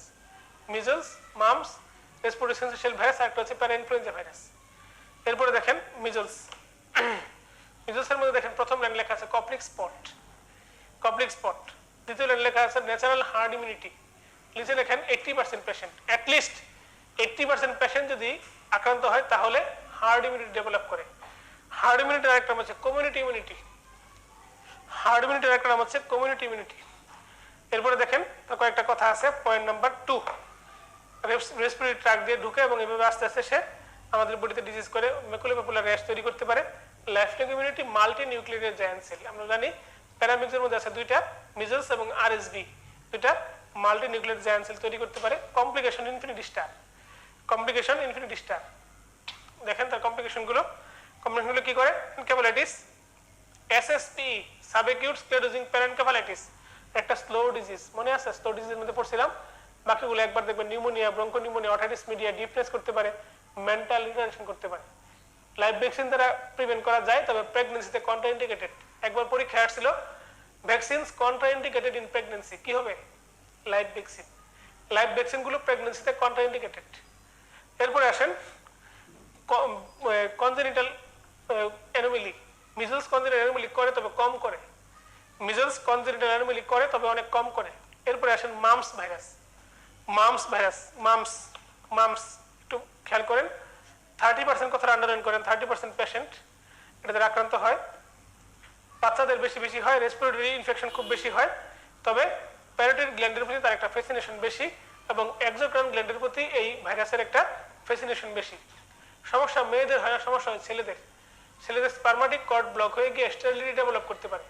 স্পারমাটিক cord block হয়ে গিয়ে সে স্টেরিলিটি ডেভেলপ করতে পারে। দেখেন মাম্পস হলে 35% বাচ্চার অর্কাইটিস ডেভেলপ করতে পারে। অর্কাইটিস থেকে স্টেরিলিটি ডেভেলপ করতে পারে। মেনিনজাইটিস হতে পারে, প্যানক্রিয়াটিস হতে পারে, মায়োকার্ডিটিস হতে পারে, ট্রানজিয়েন্ট হেয়ারিং লস হতে পারে, লেবরিনজাইটিস, অ্যাবর্শন, এগুলো হতে পারে। ট্রিপল স্টার, কমপ্লিকেশনটা ট্রিপল স্টার। প্রিভেন্ট কিভাবে করবেন? Live attenuated vaccine. তবে যেই কথাটা লিখতে হবে, বাংলাদেশের MMR no mumps vaccine in EPI schedule, কথাটা লিখে রাখেন। বাংলাদেশের EPI শিডিউলে মাম্পস ভ্যাকসিনটা নাই, এই জন্য মাম্পস ভ্যাকসিনটা আমরা MR ভ্যাকসিনের সাথে কিনে দিব। মাম্পস ভ্যাকসিনটা আমরা MR ভ্যাকসিনের সাথে কিনে দিব, ঠিক আছে? MR ভ্যাকসিনের সাথে মাম্পস ভ্যাকসিনটা আমরা কিনে দিব। চলেন আমরা পেজ নম্বর 152 তে যাই। 152 respiratory syncytial virus. Respiratory syncytial virus 152 respiratory syncytial virus transmits via respiratory droplet. Respiratory ড্রপলেটের মাধ্যমে ছড়ায় এবং রেসপিরেটরি ইনফেকশন ইন হসপিটালাইজড পেশেন্টের ক্ষেত্রে খুব করে এটা। ব্রঙ্কিওলাইটিস এবং নিউমোনিয়া করে, বাচ্চাদের হাসি কাশি বাসি, এর জন্য দায়ী কে? Respiratory syncytial virus. বুঝতে পারছেন? এবং অ্যাকিউট এক্সাজারবেশন অফ অ্যাজমা, সুইপিটির জন্য দায়ী হচ্ছে রেসপিরেটরি সিনসাইটিয়াল ভাইরাস। ট্রিটমেন্ট কি? সিম্পটোমেটিক ট্রিটমেন্ট, কোনো ভ্যাকসিন তার বিরুদ্ধে নাই। সে মাল্টি নিউক্লিয়ার জায়ান্ট সেল তৈরি করতে পারে, এই কথাটা লিখে রাখতে পারে, মাল্টি নিউক্লিয়ার জায়ান্ট সেল তৈরি করতে পারে। চলে আসেন প্যারা ইনফ্লুয়েঞ্জা ভাইরাস। তার থেকে একটা কথা মনে রাখবেন, সে রেসপিরেটরি ড্রপলের মাধ্যমে ছড়াবে তো বুঝতেই পারছেন। একটা কথা মনে রাখবেন, ক্রুপ করে সে, ক্রুপ। ক্রুপ কি জিনিস? Acute laryngotracheal bronchitis. কিভাবে হয় বুঝবেন কি? হার্শ কাফ আর হোর্সনেস, মানে গলা ভেঙে যাওয়া, গলা ভেঙে যাওয়া কে বলা হয়? ক্রুপ। বিখ্যাত গায়ক, কলকাতার শিল্পী, একটা গান গেয়েছেন, শিল্পীর নাম এখন এই মুহূর্তে মনে করতে পারছি না আমি। এত সুর আর এত গান, যদি কোনো দিন থেমে যায়, সেই দিন তুমিও তো ওগো জানি ভুলে যাবে যে আমায়। কি কষ্ট নিয়ে গানটা গেয়েছে। ওনার কিছুদিন আগে গ্রুপ হয়েছিল, হওয়ার পর সে কথা বলা বন্ধ ছিল। সে ভাবছে সে কথা বলা বন্ধ করে ফেললে তার প্রিয়জন তাকে ছেড়ে চলে যাবে। তার এই গান শুনে ভালো লাগে যারে, এই গান শুনে তার প্রিয়জন তার কাছে এসেছে, সে এই গান শুনতে না পেলে তাকে ছেড়ে চলে যাবে। এত সুর আর এত গান, যদি কোনো দিন থেমে যায়, সেই দিন তুমিও তো ওগো জানি ভুলে যাবে যে আমায়। একই রকম করে বলেছেন আরেকজন শিল্পী, গান শুনে ভালো লাগে যারে, কত দেখে চিনে নিত তারে। অর্থাৎ গান শুনে ভালো লাগছে তাকে, কিন্তু তাকে দেখেও তাকে চিনতে পারছো না। এই যে হাহাকার, এই হাহাকারের মূলে কে? গ্রুপের মূলে কে? প্যারা ইনফ্লুয়েঞ্জা ভাইরাস। ঠিক আছে, এখন আমরা আসি এর ট্রিটমেন্ট কি। ট্রিটমেন্ট হচ্ছে অনেক কথাবার্তা আপনি বলছেন, এখন একটু নীরব থাকেন, এখন একটু চুপ থাকেন, এখন আপনি একটু কম অস্থিরতা করেন, আদা চা খান, গরম পানি খান, 7 দিন ভয়েস রেস্টে থাকেন, এমনি ভালো হয়ে যাবেন। কারণ ভাইরাসে ওষুধ খাইলে 7 দিন, না খাইলে কি 1 সপ্তাহ। চলে আসেন পেজ নম্বর 152, হচ্ছে টোগা ভাইরাস। টোগা ভাইরাসের সন্তান 2টা। টোগামিয়ার সন্তান কয়টা? 2টা। টোগামিয়ার সন্তান 2টা। অবাক হয়ে যাবেন টোগা ভাইরাসের সন্তানের নাম শুনলে। একজন হচ্ছে রুবেলা, আরেকজনকে চিকুনগুনিয়া। টোগা ভাইরাসের কথা মনে হলে আমার বিখ্যাত শিল্পী আজম খানের সে গান মনে হয়, আলাল দুলাল। আলাল দুলাল, আলাল যদি ডাইনে যায় দুলাল যায় বায়ে। এই যে আলাল দুলাল টোগা ভাইরাসের সন্তান। রুবেলা একদিকে আর চিকুনগুনিয়া আরেকদিকে। চিকুনগুনিয়া আলোচনা করবো ডেঙ্গুর সাথে, রুবেলা আমরা এখন আলোচনা করছি। রুবেলা হচ্ছে এমআর ভ্যাকসিনের মধ্যে আর মানে রুবেলা। এই রুবেলার আরেকটা নাম হচ্ছে জার্মান মিজলস, রেসপিরেটরি ড্রপলেটের মাধ্যমে ছড়ায়, তবে এটা ট্রান্সপ্লাসেন্টাল ট্রান্সমিশন হয়। টর্চ ইনফেকশনে আর মানে হচ্ছে রুবেলা, বুঝতে পারছেন? ইনকিউবেশন পিরিয়ড 14 থেকে 21 দিন, লাইফ লং ইমিউনিটি দেয়, লাইভ অ্যাটেনুয়েটেড ভ্যাকসিন তার আছে, এমআর ভ্যাকসিন। ঠিক আছে, সে জার্মান মিজলস করতে পারে, কনজেনিটাল রুবেলা সিনড্রোম করতে পারে। কনজেনিটাল রুবেলা সিনড্রোম থেকে ওর পরীক্ষা প্রশ্ন আসছিল 2021 সালে, আমরা সেটা দেখবো। তার ক্লিনিক্যাল ফিচারটা আপনি একটা স্টার দেন, ক্লিনিক্যাল ফিচার একটা স্টার দেন। পেজ নাম্বার 153 তে আসেন, congenital rubella syndrome infinity star. Congenital rubella syndrome infinity star বিভিন্ন সময় পরীক্ষার প্রশ্ন আসে, এই জন্য আমি ইন্টারনেট থেকে তুলে নিয়ে এসেছি।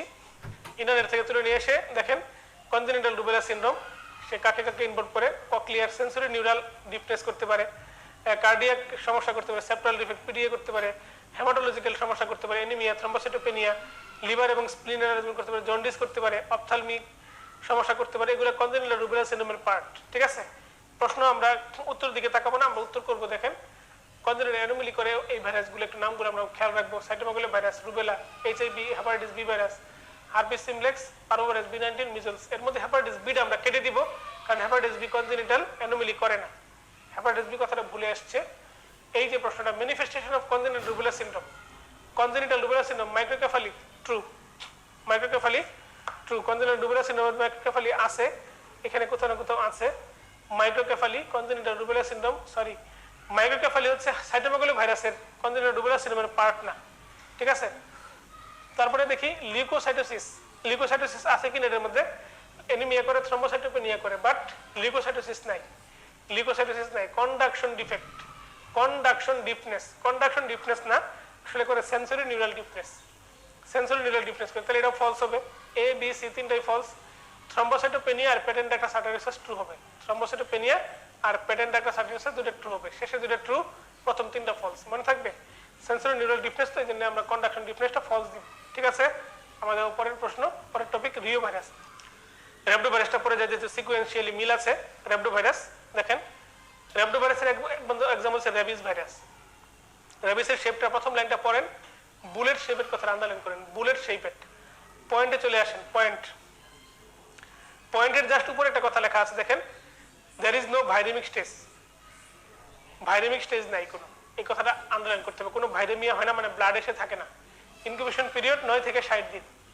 একজন রোগীকে যদি, একজন মানুষকে যদি এই কুকুর কামড় দেয়, র্যাবিট কুকুর, এই র্যাবিস ভাইরাস আছে এমন কুকুর, তাহলে তার জন্য কিন্তু 9 দিন পর্যন্ত ওয়েট করা সম্ভব। 9 দিন পর্যন্ত ইনকিউবেশন পিরিয়ড 9 থেকে 60 দিন। একজন রোগী আসলো, আমি তখন ঢাকা মেডিকেল কলেজ হাসপাতালে মেডিসিন ইউনিটে কাজ করি। টিপিক্যাল তার হাইড্রোফোবিয়ার ফিচার, টিপিক্যাল একদম। আমার কাছে মনে হচ্ছিল এটা কি মেলিনগারিং, আগে কখনো দেখি নাই, সবসময় শুনেছি। তার আক্রান্ত হওয়ার 14 দিনের দিন সে আসছে। একদম খুব ট্র্যাজেডিক একটা ব্যাপার স্যাপার। তারা নদী ভাঙন অঞ্চলের মানুষ, শরীয়তপুরের। নদী ভাঙতে ভাঙতে একটা জঙ্গলার ধারে এসে তারা বাসা করছে। বাচ্চাটা খেলতেছিল আপনার উঠানে, সে রান্না করতেছিল। হঠাৎ করে একটা বেজি এসে তার হাত কামড় দিয়ে ধরছে। তোমার হাত আমি ধরেছি, মরণ এলেও আমি ছাড়বো না, এভাবে হাতটা কামড় দিয়ে ধরছে। এমন কামড় যেন মরণ কামড়। অন্যরা তাকে মেরে তাকে হাত ছাড়াইছে। সবাই বলছে ভ্যাকসিন দিয়ে দাও, ভ্যাকসিন দিয়ে দাও। উনি আসেননি, ভাবছে কিছুই হবে না। তো বেজি তো মানুষ দেখলে পালায়, তো বেজি মানুষকে কামড় দিচ্ছে মানে এটা তো একটা আনইউজুয়াল, এটাই তার ম্যাডনেস।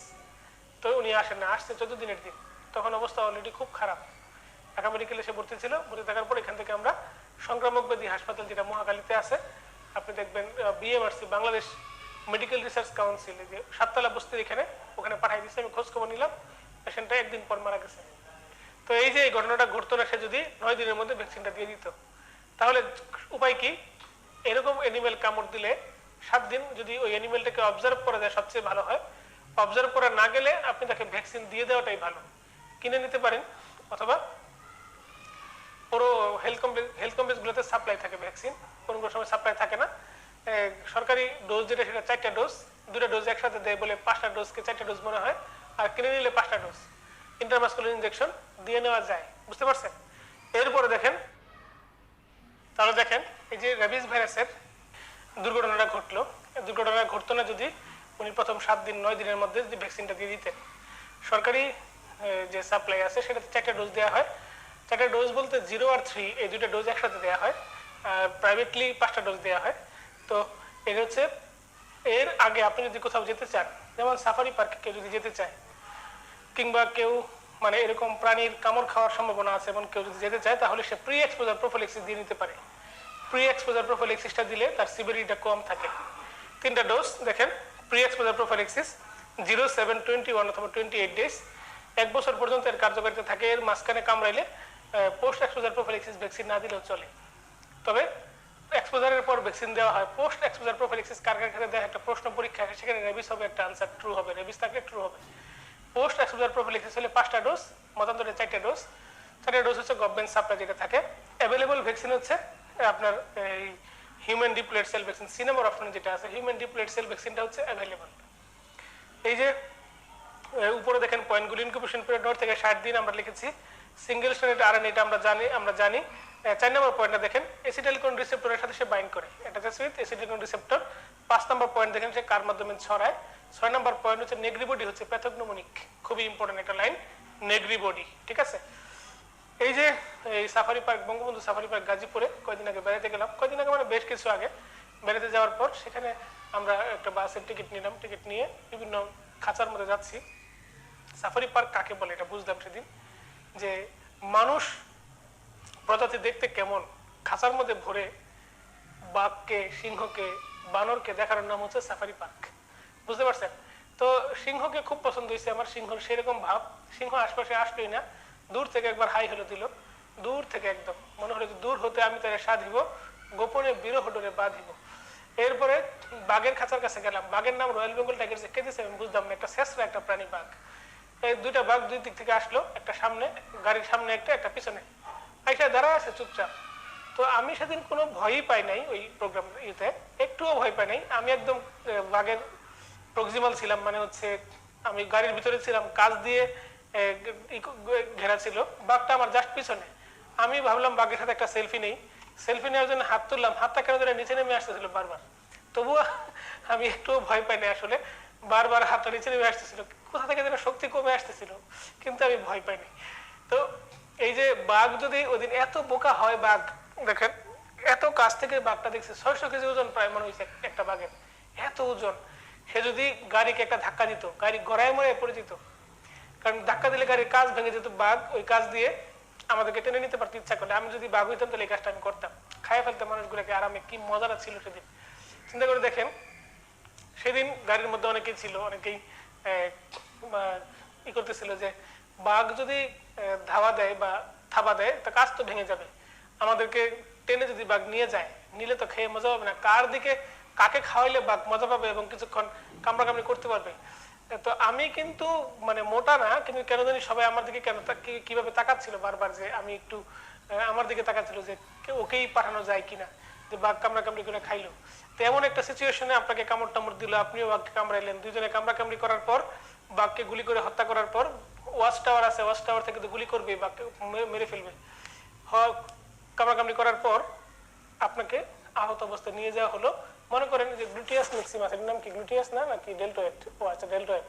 আর পিছনে আছে গ্লুটিয়াস ম্যাক্সিমাস। কামড়ানোর পর কিছু অংশ আপনি অবশিষ্ট আছেন। এই আপনাকে পোস্ট এক্সপোজার প্রোফাইলিক্সিস দিতে হবে 7টা ডোজ, এবং সবচেয়ে 5টা ডোজ। সবচেয়ে ভালো হচ্ছে হিউম্যান ডিপ্লয়েড সেল ভ্যাকসিন। মনে থাকে যেন কথাটা, আর যেন ভুল না হয়। পেজ নাম্বার 153-তেই রেট্রোভাইরাস সম্পর্কে আলোচনা আমরা করে ফেলবো। এই ফাঁকে রেট্রোভাইরাস সম্পর্কে আলোচনাটুকু আমরা করে ফেলবো এই সুযোগে। রেট্রোভাইরাস, এইচআইভি এবং HTCLV এরা দুজন হচ্ছে রেট্রোভাইরাস।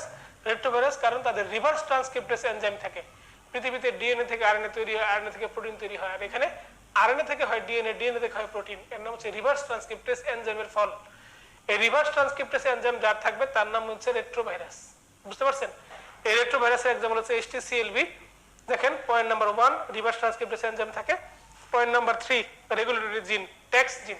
এই ট্যাক্স জিন এই রিভার্স ট্রান্সক্রিপ্টেজ এনজাইমকে স্টিমুলেশন দিয়ে এই উল্টা ঘটনাটা ঘটায়। এই জন্য তার নাম হচ্ছে রেট্রোভাইরাস বা উল্টা virus. IV drug use, sexual contact এবং ব্রেস্ট ফিডিং এর মাধ্যমে সে ছড়ায়। আমরা বলেছিলাম ব্রেস্ট ফিডিং এর মাধ্যমে যায় 3টা ভাইরাস, একটা ব্যাকটেরিয়া সাইটোমেগালো ভাইরাস, HTCLV, আর একটা হচ্ছে HIV। আর ব্যাকটেরিয়ার নাম কি? স্ট্যাফিলোককাস অরিয়াস। চলে আসেন ম্যালিগন্যান্ট ট্রান্সফরমেশন। সে ম্যালিগন্যান্সি করে। আমরা বলেছিলাম ম্যালিগন্যান্সি করে দুইটা আরএনএ ভাইরাসের মধ্যে, একটা HCV আর একটা HTCLV। ডিজিজগুলো কি? অ্যাডাল্ট টি সেল লিউকেমিয়া, আর একটা হচ্ছে HTLV অ্যাসোসিয়েটেড মাইলোপ্যাথি। চলেন আমরা যাই পেজ নাম্বার 154 নম্বর page. Human immunodeficiency virus. Human immunodeficiency virus, human immunodeficiency virus বা এইচআইভি। HIV 1, HIV 2। এইচআইভি দুইটা প্রজাতি আছে, 1 এবং 2। এর মধ্যে দেখেন পয়েন্টগুলোতে আসেন। 1 নম্বর পয়েন্ট হচ্ছে সে রিভার্স ট্রান্সক্রিপ্টেজ এনজাইমটা ক্যারি করে, এই জন্য তার নাম হচ্ছে রেট্রোভাইরাস। তারপরে এইচআইভি জিনোম হচ্ছে মোস্ট কমপ্লেক্স জিনোম, 2 নম্বর পয়েন্টটা। 3 নম্বর পয়েন্টে চলে আসেন স্ট্রাকচারাল জিন, রেগুলেটরি জিন, কিছু ভাইরাল স্পেসিফিক গ্লাইকোপ্রোটিন আছে। 5 নম্বর পয়েন্ট। 6 এবং 7 নম্বর পয়েন্টে একটা স্টার দেন। 7 নম্বর পয়েন্ট একটু দেখেন, CD4 কে সে কিল করে, তাহলে তার বিরুদ্ধে মেন ইমিউন রেসপন্স কে দেখাবে? CD8। এইচআইভির বিরুদ্ধে মেন ইমিউন রেসপন্স কে দেখাবে? CD8। 8 নম্বর পয়েন্ট একটা স্টার দিতে হবে। সে কি কি মাধ্যমে ছড়ায় সব আপনার জানা, শুধু ব্রেস্ট মিল্কটা দেখেন আলাদা করে হাইলাইট করেন, ব্রেস্ট মিল্কের মাধ্যমে সে ছড়ায়। 10 নম্বর পয়েন্ট উইন্ডো পিরিয়ডের কথাটা একটু আন্ডারলাইন করেন, উইন্ডো পিরিয়ড। তারপরে ব্লাড ব্যাংকগুলোতে এখন P24 অ্যান্টিজেন টেস্ট করে, এটা হচ্ছে গ্রুপ স্পেসিফিক অ্যান্টিজেন। এরপরে দেখেন 15 নম্বর প্রশ্নটা, 3টা উপায়ে সে আমাদের বডিকে অ্যাটাক করে। এই 3টা উপায় কি? 16, 17, 18। এই 3টা উপায় 16, 17 এবং 18। 19 নম্বর point triple star. Most important opportunistic infection দুইটা, একটা হচ্ছে নিউমোসিস্টিস জিরোভিসি নিউমোনিয়া, আর একটা হচ্ছে ক্যাপোসিস সার্কোমা। একজন প্রশ্ন করলো ক্যাপোসিস সার্কোমা কিভাবে ইনফেকশন হলো? ক্যাপোসিস সার্কোমা তো ইনফেকশনই। কি infection? Kaposi's sarcoma associated virus. Kaposi's sarcoma associated virus. Treatment কি? HAART therapy, highly active antiretroviral therapy. আমরা চলে আসবো এখান থেকে লাভ দিয়ে 155 নম্বর পেজে উপরের দিকে clinical features of primary infection. দেখেন সিম্পল ডিজিজ হয়, fever, maculopapular rash, pharyngitis, lymphadenopathy, myalgia, arthralgia, diarrhoea, headache. একদম সিম্পল ডিজিজ। আপনার কাছে মনে হবে এটা তো বোধহয় একটা সিম্পল অসুখ। ল্যাবরেটরি ডায়াগনোসিস, অনেক কথা এখানে লেখা আছে, ওয়েস্টার্ন ব্লাড টেস্ট, তারপরে আপনার এলাইজা, এগুলোকে আমরা সহজ করেছি। নিচে দেখেন এইচআইভি টেস্ট প্রথমে একটা পার্টিকেল ডিটেকশন এগ্লুটিনেশন টেস্ট করে এলাইজা করা হয়। এলাইজা করার পর যদি পজিটিভ হয় তখন করা হয় ওয়েস্টার্ন ব্লাড টেস্ট। এলাইজা করার পর ওয়েস্টার্ন ব্লাড করার পর পজিটিভ আসলে তখন তার এই P24 অ্যান্টিজেন করা হয়। এটা পজিটিভ আসলে তারপরে যাইতে হয় CD4 সেলের ভিতরে, কারণ এইচআইভি CD4 সেলকে কিল করে। CD4 সেলকে কিল করে CD4 সেলের ভিতরে তার অবস্থানটা থাকবে। CD4 সেলের ভিতরে তার অবস্থান থাকলে CD4 কে কেটে যদি আমরা ভিতরে ঢুকে সেখান থেকে এইচআইভি ভাইরাসকে আমরা নিয়ে আসতে পারবো। বুঝতে পারছেন? তারপরে পেশেন্টকে জানানো হয়। তাহলে প্রথমে করা হয় এলাইজা, পজিটিভ আসলে আবার রিপিট করা হয়, আবার পজিটিভ আসলে তখন ওয়েস্টার্ন ব্লট করা হয়। Western blot, southern blot, northern blot. দেখেন দেখেন southern blot, northern blot, western blot. Southern ব্লটে কি দেখা হয়? ডিএনএ দেখা হয়। নর্দার্ন ব্লটে আরএনএ দেখা হয়। আর ওয়েস্টার্ন ব্লটে প্রোটিন দেখা হয়। বুঝতে পারছেন? এস এন একটা ও দেই, এখানে একটা ও দেই, ওটা রাখবেন স্নো ড্রপ। প্রোটিন দেখা হয়, ওয়েস্টার্ন ব্লটে প্রোটিন দেখা হয়, নর্দার্ন ব্লটে আরএনএ দেখা হয়, আর সাউদার্ন ব্লটে ডিএনএ দেখা হয়। আর ও কাটা, স্নো ড্রপ, মনে থাকবে? সাউদার্ন ব্লটে ডিএনএ, নর্দার্ন ব্লটে আরএনএ, আর ওয়েস্টার্ন ব্লটে প্রোটিন দেখা হয়, যে প্রোটিন দেখা হয়। বুঝতে পারছেন? এরপরে আপনি ডায়াগনোসিস করলেন, কনফার্ম করলেন, পেশেন্টকে জানালেন, পেশেন্ট তো অনেক কান্নায় ভেঙে পড়বে, কষ্টে ভেঙে পড়বে। আপনি তাকে ফলো আপ করবেন কি দিয়ে? ফলো আপ করবেন CD4 কাউন্ট দিয়ে। ফলো আপ করবেন কি দিয়ে? CD4 কাউন্ট দিয়ে আপনি তাকে ফলো আপ করবেন। ফলো আপ করবেন CD4 কাউন্ট যদি 500 কম হয় তাহলে কিছু ডিজিজ হয়। CD4 কাউন্ট যদি 200 কম হয় তাহলে কিছু ডিজিজ হয়। 200 কম হলে ডিজিজ কি? CD4 কাউন্ট 200 কম হলে less than 200, I hope I means Isospora belli, H মানে তিনটা, HIV wasting syndrome, HIV associated dementia আর herpes. HIV wasting syndrome, HIV associated dementia, একটা হচ্ছে হারপিস। Oman oesophageal candidiasis. আমরা একবার একটা রুগী আসলো আমাদের, আমি তখন মেডিসিনে কাজ করি ঢাকা মেডিকেল কলেজ হাসপাতালে। একজন রুগী আসলো, সে ডিফিকাল্টি ইন সোয়ালোইং। তাহলে একটা টেস্ট করতে দিই, আমি এন্ডোস্কোপি করতে দিই। এন্ডোস্কোপিতে আসলো এসোফেজিয়াল ক্যান্ডিডিয়াসিস। আমি তখন প্রফেসর, বাংলাদেশের বিখ্যাত প্রফেসর রবিদ আমিন স্যারকে জানাইলাম, স্যার তাকে আমরা CD4 কাউন্ট করতে দিই। স্যার বললো CD4 কাউন্ট করতে দেওয়া দরকার কি, আপনি NT-HIV 1 and 2 দেন, সস্তা টেস্ট। আমরা ব্লাড ট্রান্সফিউশন ডিপার্টমেন্টে NT-HIV 1 and 2 দিলাম, রোগী NT-HIV 1 পজিটিভ আসছে। তো HIV পজিটিভ, তার CD4 কাউন্ট তখন অলরেডি 200 কম হয়ে গেছে। HIV ডায়াগনোসিস হলো, তাকে আমরা ওইভাবে কাউন্সেলিং করেছি এবং সে এখন হয়তো ভালো আছে। আমি খোঁজখবর নেওয়া হয়নি। এসোফেজিয়াল ক্যান্ডিডিয়াসিস, পি মানে নিউমোসিস্টিস জিরোবেসি নিউমোনিয়া, PCP, আর ই মানে এন্ডেমিক মাইকোসিস। এই তো কত সহজ করে দেখেন, একটা বক্সকে আমরা ভেঙে খান খান করে দিলাম। আর 100 কম যদি হয় CD4 কাউন্ট, 100 কম হলে কিভাবে মনে রাখবেন? 100 কম হলে less than 100 মনে রাখবেন PMC। দেখেন পি দিয়ে আছে অনেকগুলো, এম তে আছে অনেকগুলো, সি তে আছে অনেকগুলো। PMC, পি দিয়ে অনেকগুলো, এম তে অনেকগুলো এবং সি তে দেখেন অনেকগুলো। পি মানে primary CNS lymphoma, progressive multifocal leukoencephalopathy. M তে কি? Mycobacterium avium complex, microsporidiosis. আর সি মানে ক্রিপ্টোকক্কোসিস, টক্সোপ্লাজমোসিস, সেরিব্রাল টক্সোপ্লাজমোসিস, তারপরে সাইটোমেগালোভাইরাস ইত্যাদি ইত্যাদি। মনে থাকবে সবার? এই যে এত সুন্দর করে বললাম একটা কথা, নিচে দেখেন লেখা আছে ক্যান্সারস অ্যাসোসিয়েটেড উইথ HIV। HIVর সাথে কি কি ক্যান্সার জড়িত? ক্যাপোসিস সার্কোমা, সিএ সার্ভিক্স আর নন হজকিন্স লিম্ফোমা। পরীক্ষা যদি লিম্ফোমা আসে ট্রু দিবেন, ঠিক আছে? পেজ নম্বর 157, পিকোরোনা ভাইরাস। পিকোরোনা ভাইরাসের মধ্যে হেপাটাইটিস A পড়বো আলাদা করে, কক্সাকিয়ারিকো সম্পর্কে আলাদা করে ভালো বর্ণনা কোথাও নাই, শুধু পোলিও সম্পর্কে পড়তে হবে, এটা পরীক্ষায় আসে। পোলিওর দেখেন point number 3, they do not bud from cell membrane. Cell membrane থেকে সে বার্ড হয় না, ফিকোরাল রুটে সে ট্রান্সমিট হয়, 4 নম্বর পয়েন্ট লাগবে। অরোফেরিংস এবং ইন্টেস্টাইনাল ট্র্যাক্টে সে রেপ্লিকেট করে। তারপরে দেখেন point number 7, poliomyelitis has been eradicated in the central nervous system. Polio virus preferentially replicates in the motor neuron, মানে এটা motor neuron disease, motor neuron disease বা অ্যান্টেরিয়র হর্ন সেল ডিজিজ, ঠিক আছে? তারপরে incubation period 10 থেকে 14 দিন। আমাদের লাগবে লাস্টের পয়েন্টটা, পোলিওমাইলাইটিসের 2 ধরনের ভ্যাকসিন আছে, লাইভ ভ্যাকসিন আর কিল ভ্যাকসিন। মনে আছে? লাইভ ভ্যাকসিনের নাম হচ্ছে সেভিন ভ্যাকসিন আর কিল ভ্যাকসিনের নাম সাক্ট ভ্যাকসিন, ঠিক আছে? আসেন রিও ভাইরাস। রিও ভাইরাসের 2টা সন্তান, একটা হচ্ছে রিও আর একটা হচ্ছে রোটা। অনলি আরএনএ ভাইরাস যার ডাবল স্ট্র্যান্ডেড আরএনএ থাকে, অনলি আরএনএ ভাইরাস যার ডাবল স্ট্র্যান্ডেড আরএনএ থাকে, অনলি আরএনএ ভাইরাস যার ডাবল স্ট্র্যান্ডেড আরএনএ থাকে। তো তার প্রপার্টিজ গুলো ইনফিনিটি স্টার। প্রপার্টিজ গুলো দেখেন, segmented double stranded RNA, RNA virus of Rio virus family, Rio সম্পর্কে খুব ভালো জানা যায় না, এই জন্য রোটা সম্পর্কে আমরা জানতেছি। 4 নম্বর পয়েন্টে দেখেন তার চাকার মতো দেখতে, রিজেম্বলিং হুইল, চাকার মতো দেখতে। তার 6 ধরনের সেরোটাইপ আছে। এই পোলিওর আপনার রোটা ভাইরাসের সেরোটাইপ 6 ধরনের।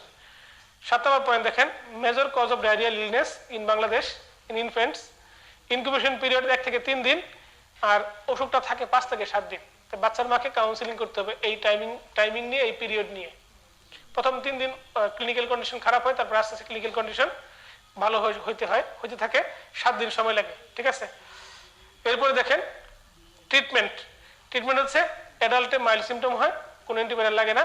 ইনফ্যান্টে ফ্লুইড এবং ইলেকট্রোলাইট ব্যালেন্স কারেকশন করা লাগে, 6 মাস পর্যন্ত প্রোটেক্টেড থাকে। প্রিভেনশন রোটাশিল্ড ভ্যাকসিন দিয়ে প্রিভেন্ট করতে হবে। রোটাশিল্ড ভ্যাকসিন দিয়ে প্রিভেন্ট করা যায়। মাঝে মাঝে নাইট্রাজক্স বা জক্স নামে যে ওষুধ পাওয়া যায় সেটা দিয়ে ট্রিটমেন্ট করা যেতে পারে। Page number 158 virus causing diarrhoea, page number 158 virus causing diarrhoea triple star. Virus causing diarrhoea দেখেন rota virus, noro virus, calci virus, astro virus, adeno virus, corona, coxsackie আর হচ্ছে টক্সো ভাইরাস। করোনা ভাইরাসের নামটা কিন্তু ডায়রিয়াতে লেখা আছে। সুতরাং এই যে যারা ভাবছেন বা মনে করেছিলেন যে ডায়রিয়া করোনা ভাইরাসের ফিচার নয়, তাদের জন্য এটা একটা উপহার। ফিকোরাল রুটে কারা কারা ট্রান্সমিট হয় এটা দেখা যাচ্ছে এখানে। Virus causing diarrhoea triple star. তারপরে চলে আসেন আমাদের পরবর্তী প্রত্যাশিত topic, hepatitis virus. Hepatitis virus page number 158। Hepatitis virus page number 158। Hepatitis virus 2 রকমের দেখেন, ডিএনএ ভাইরাস হচ্ছে হেপাটাইটিস বি, আর বাকি সবাই কি আরএনএ ভাইরাস। এই জন্য হেপাটাইটিস বি কে বলা হয় হেপাডনা ভাইরাস, হেপা ডিএনএ, বুঝতে পারছেন। নিচে আসেন হেপাটাইটিস এ ভাইরাস সম্পর্কে আমাদের রিলেভেন্ট আলোচনায়। হেপাটাইটিস এ ভাইরাস 1 নম্বর পয়েন্টে দেখেন কি লেখা আছে, ফিকোরাল রুটে সে ছড়ায়। কিভাবে ছড়ায়? ফিকোরাল রুটে সে ছড়ায়, ফিকোরাল রুটে সে ছড়ায়, সেক্সুয়াল রুটে সে ছড়াইতে পারে। Hepatitis A virus incubation period হচ্ছে 2 থেকে 4 সপ্তাহ। 2 থেকে 4 সপ্তাহ। বাচ্চারা হচ্ছে বেশি এফেক্টেড হয়।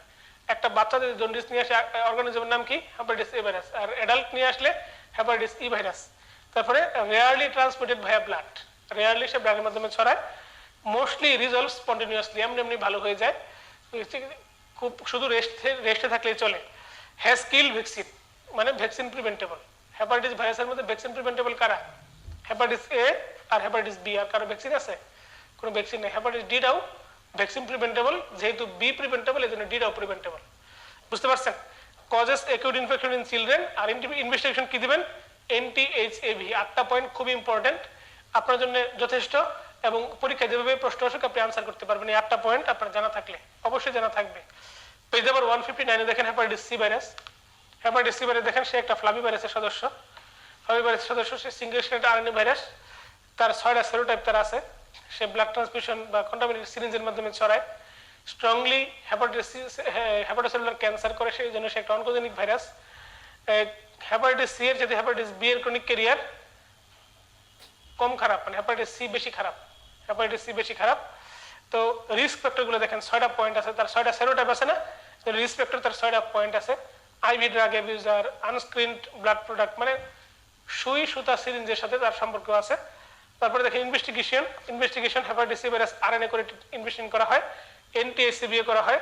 এনটিএসসিবি পজিটিভ আর hepatitis C virus RNA positive, তাহলে অ্যাক্টিভ ইনফেকশন। আর যদি আরএনএ নেগেটিভ হয় তার মানে রিজলিউশন হয়ে গেছে।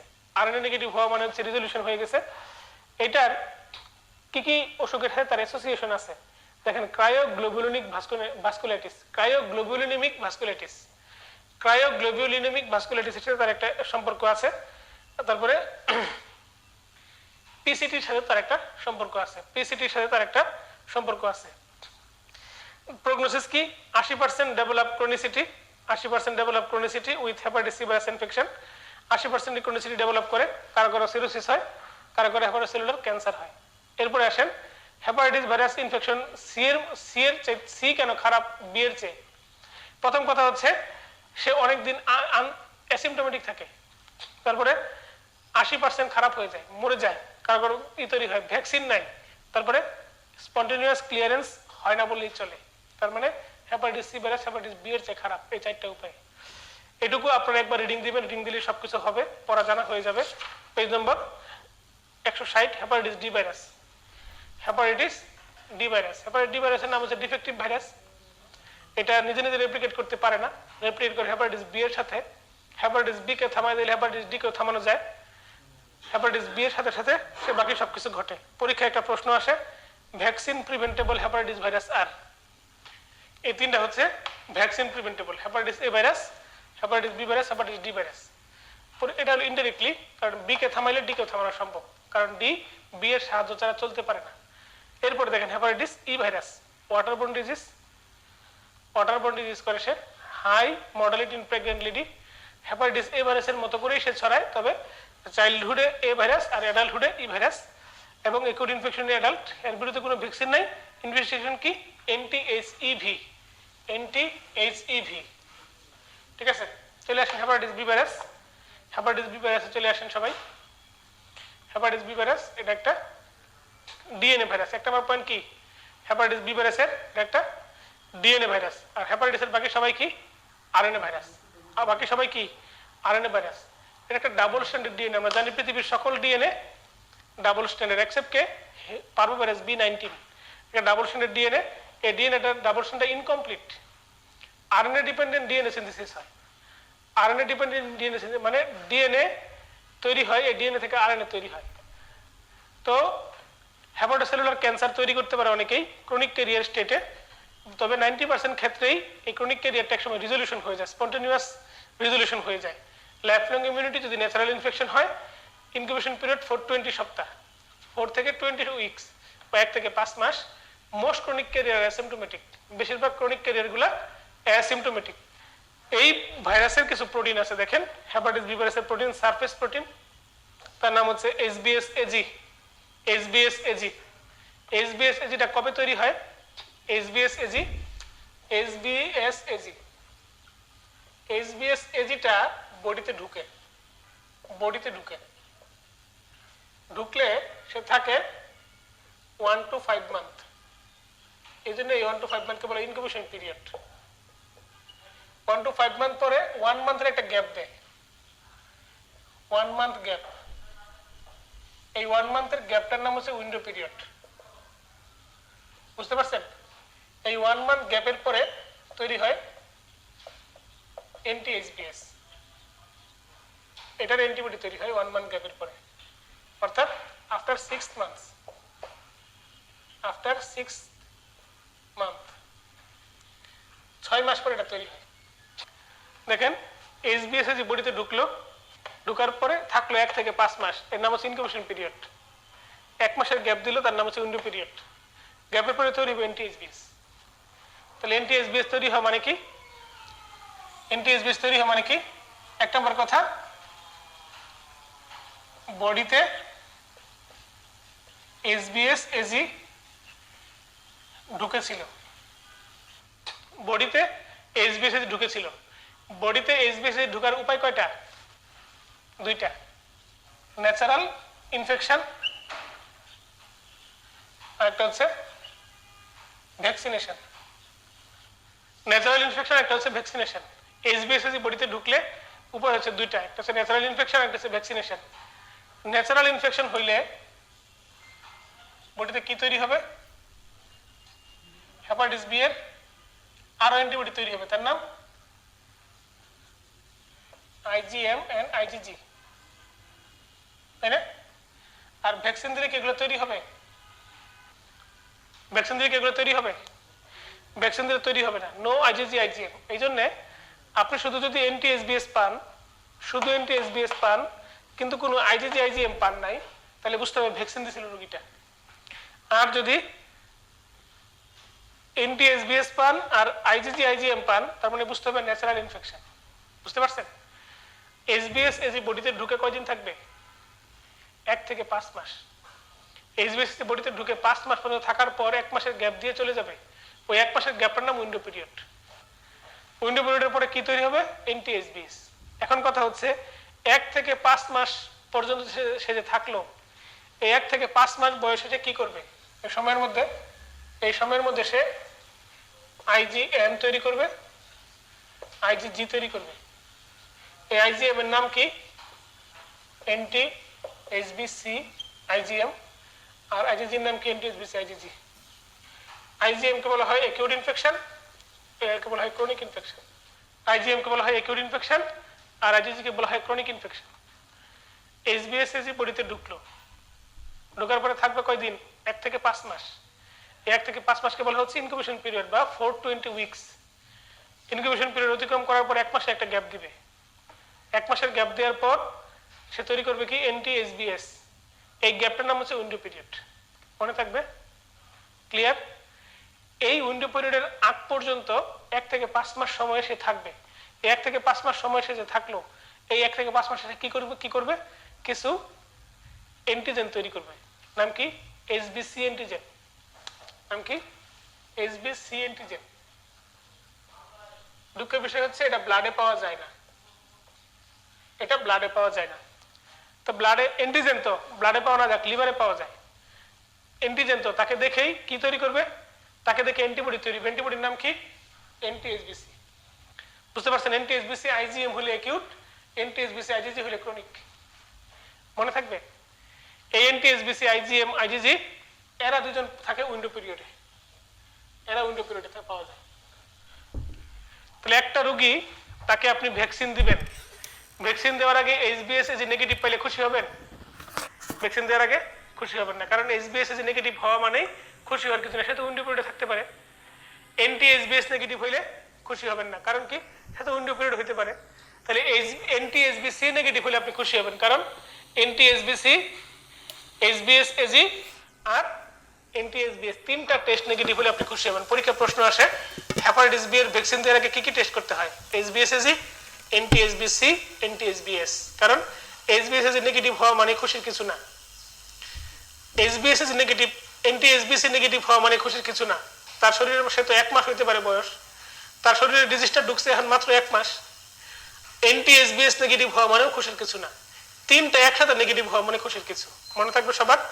তাহলে আরেকবার একটু সামারি যদি আপনাকে করি, একটা ব্যক্তির শরীরের মধ্যে এইচবিএসএজি আজকে ঢুকলো, মুছে দেই। এই সবগুলো কথা দেখেন আমরা এখানে উল্লেখ করে দিয়েছি 160 নম্বর পেজে, পয়েন্টগুলোতে আছে। Some common features of hepatitis B virus. এইচবিএসএজি পজিটিভ মানে কি? এনটিএসবিএস পজিটিভ মানে কি? এনটিএসবিসিএজি ব্লাডে পাওয়া যায় না। এনটিএসবিসি পজিটিভ মানে কি? দেখেন আর্লি ইনফেকশন, আইজিজি পজিটিভ কথাটা লেখা আছে না, ওখানে ক্রনিক লিখবে। আইজিজি পজিটিভে আর্লি ইনফেকশন কথাটা কেটে ক্রনিক লিখবেন, শুধু আর্লি কেটে ক্রনিক লিখবেন, ঠিক আছে?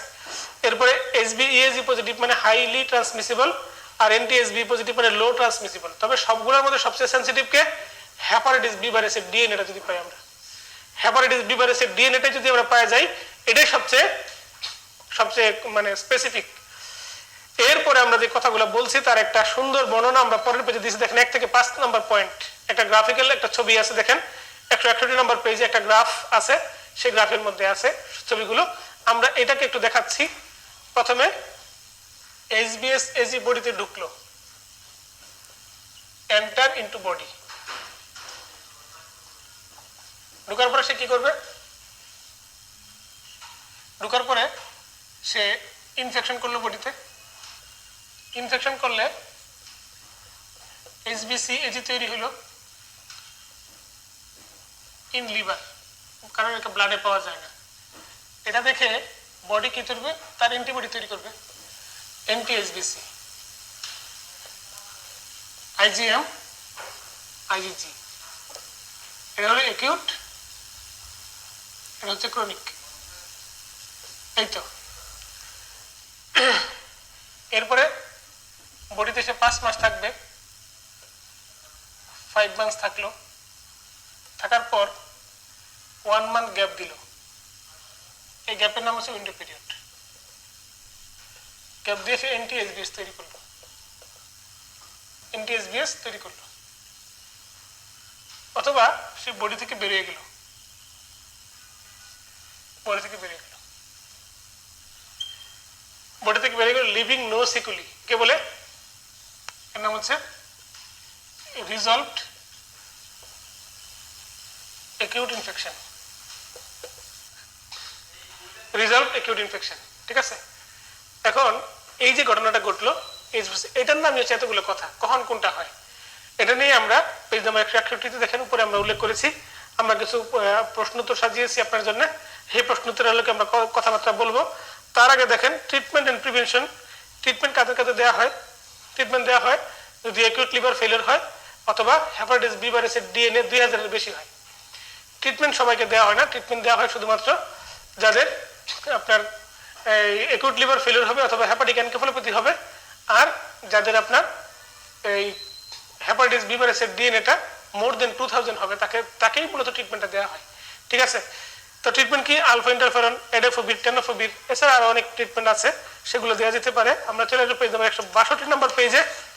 পেজ নাম্বার 162-তে দেখেন অনেকগুলো আমরা ক্লু দিয়েছি, কিছু কিছু সুন্দর সুন্দর প্রশ্ন তৈরি করেছি আপনাদেরকে।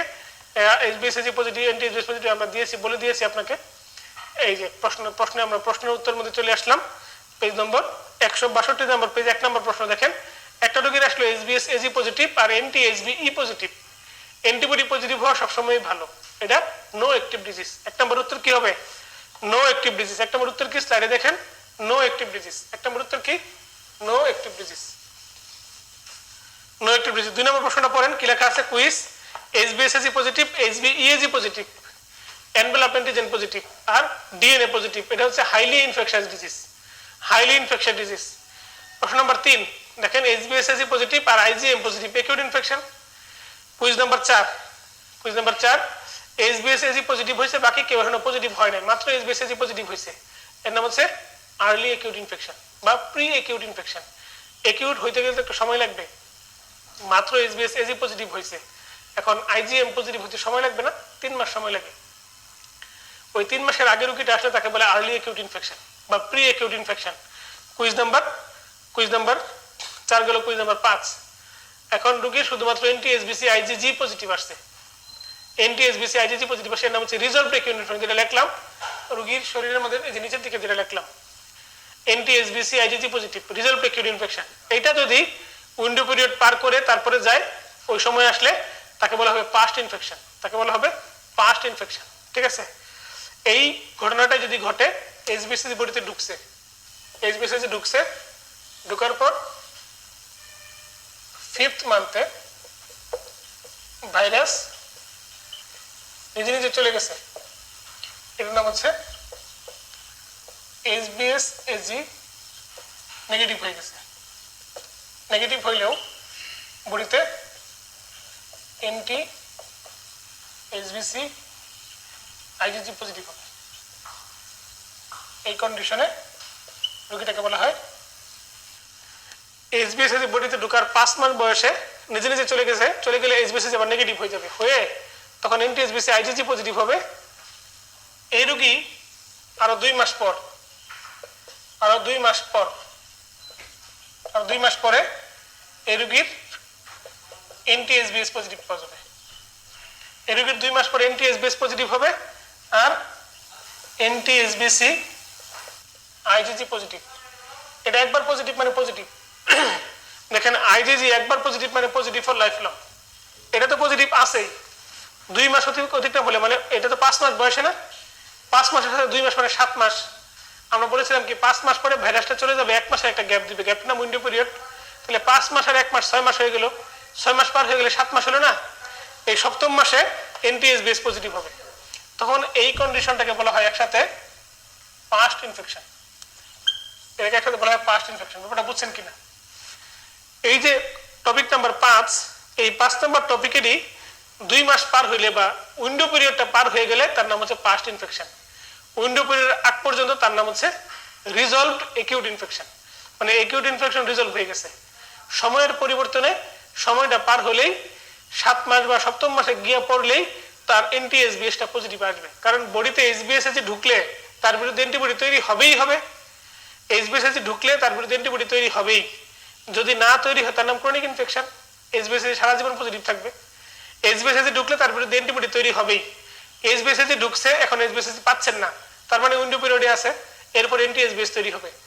এনটি এইচবিএস তৈরি হবেই, এর আগে তৈরি হয়েছে এনটি এইচবিসি আইজিজি, কারণ তার নাম রিজলভড অ্যাকিউট। বডিতে আপনার ডেঙ্গু ঢুকছে, ডেঙ্গু ঢুকলে আপনি পরবর্তীতে কি পাবেন? Anti dengue IgG. ম্যালেরিয়া ঢুকছে, এন্টি ম্যালেরিয়া আইজিজি। বডিতে আপনার ঢুকছে ইনফ্লুয়েঞ্জা, এন্টি ইনফ্লুয়েঞ্জা আইজিজি, পাবেন না? আইজিজি তো সবসময় আপনি পাবেন। এই জন্য এইচবিএসএসি বডিতে ঢুকছে তার বিরুদ্ধে এন্টি এইচবিএস তৈরি হবেই। যদি আগে আগে ভালো হয়ে যায় 5 মাসের মধ্যেই বা 4 মাসের মধ্যে ভালো হয়ে গেছে তাহলে এন্টি এইচবিএস আইজিজিটা থাকবে। তাহলে শুধু এন্টি এইচবিএস আইজিজি পারে তার নাম রিজলভড অ্যাকিউট, আর সময়ের বিবর্তনে 7ম মাস থেকে এন্টি এইচবিএসটা পাবেন। এন্টি এইচবিএস পাওয়া মাত্র নাম হয়ে যাবে পাস্ট ইনফেকশন। এখন শুধু এন্টি এইচবিএস পাইছেন, শুধু এন্টি এইচবিএস পাইছেন, কিন্তু আপনি এন্টি এইচবিএস আইজিজি পান নাই। এন্টি এইচবিএস আইজিজি পাইলে তার নাম পাস্ট ইনফেকশন, না পাইলে ভ্যাকসিনেশন। কারণ ভ্যাকসিনেশনে শুধুমাত্র অর্গানিজমটা ঢুকানো হয়, সে কোনো ডিজিজ তৈরি করে না। ভ্যাকসিনেশন দিলে শুধু তার নিজস্ব অ্যান্টিবডি তৈরি করে, অর্থাৎ এইচবিএসএসি বডিতে ঢুকলে এন্টি এইচবিএস তৈরি হবেই। এইচবিএসএসি বডিতে ঢুকাইছেন সুপরিকল্পিত উপায়ে, শুধু তার অ্যান্টিবডিটা তৈরি করে দেবে, তার নাম হচ্ছে ভ্যাকসিনেশন। কিন্তু যদি আপনি এন্টি এইচবিএস আইজিজি পান তার নাম হচ্ছে পাস্ট ইনফেকশন। আইজিজি পাইলে পাস্ট ইনফেকশন, না পাইলে ভ্যাকসিনেশন। কেন হয়েছে বুঝছেন? পাইলে পাস্ট ইনফেকশন কারণ হচ্ছে এটা ন্যাচারাল রুটে বডিতে ঢুকছে, ন্যাচারাল ওয়েতে ডিজিজ তৈরি করছে, নিজে নিজে ভালো হয়ে গেছে। কিন্তু ভ্যাকসিনেশন মানে তো রোগ তৈরি করার জন্য বলা হয়নি। ভ্যাকসিনেশন মানে বডিতে সে ঢুকবে, বডিতে ঢোকার পর বডির মধ্যে সে কোনো ডিজিজ তৈরি করবে না, বডিতে ঢুকানো হবে সুপরিকল্পিত উপায়ে, কোনো ডিজিজ তৈরি না করে সে বডির নির্দিষ্ট কাজ করে সে বডিতেই থেকে যাবে অ্যান্টিবডি তৈরি করার মাধ্যমে। বুঝতে পারছেন? এর নাম হচ্ছে ভ্যাকসিনেশন। অর্থাৎ ভ্যাকসিনেশন দিলে শুধু যা দিব তার অ্যান্টিবডি পাবো, আর পাস্ট ইনফেকশন হলে ন্যাচারাল প্রসেসে সে নিজস্ব কিছু অ্যান্টিবডি তৈরি করবে, ন্যাচারাল প্রসেসে আদার্স কিছু অ্যান্টিবডি তৈরি করবে। এই জন্য আমরা এন্টি এইচবিএস পাবো আর এন্টি এইচবিসি আইজিজিও পাবো। এছাড়াও যদি কারো কোনো প্রবলেম হয় আমাকে বলবেন, আমরা সেই প্রবলেম সলভ করবো। আরো ক্লাস আছে আপনাদের, সুন্দর সুন্দর আয়োজন হবে, সেগুলোতে আমরা সলভ করবো। তাহলে 6 নম্বর পয়েন্টটা দেখি আমরা। শুধু এন্টি এইচবিএস পজিটিভ পেলে আমরা তাকে কি বলবো? ভ্যাকসিনেশন। আর এন্টি এইচবিএস এর সাথে আইজিজি পজিটিভ পাইলে পাস্ট ইনফেকশন। পয়েন্ট নাম্বার 7 দেখেন, 7 নম্বর পয়েন্টে দেখেন, HBS AG positive, IgG positive, chronic infection. সবকিছু নেগেটিভ, নো ইনফেকশন। সব নেগেটিভ, নো ইনফেকশন। চলেন আমরা যাই। ভ্যাকসিনেশন দেওয়ার আগে রোগীকে কি দিব? এইচবিএস এজি, এন্টি এইচবিসি আর এন্টি এইচবিএস। একিউট ইনফেকশন কারা কারা করে? এ, বি এবং ই করতে পারে, এ, বি এবং ই করতে পারে। ক্রনিক ইনফেকশন বি এবং সি করতে পারে, হেপাটাইটিস বি, হেপাটাইটিস সি করতে পারে। আচ্ছা, ভ্যাকসিন প্রিভেন্টেবল হেপাটাইটিস ভাইরাস এ, বি এবং ডি। এখন একজন রোগী আসলো যে আমি তো ভ্যাকসিন দেনে কি করব? 163 নম্বর পেজে নিচে ক্লাস নোটে লেখেন, injection hepa B 20 unit in insulin syringe IM at 0, 1, 6th month.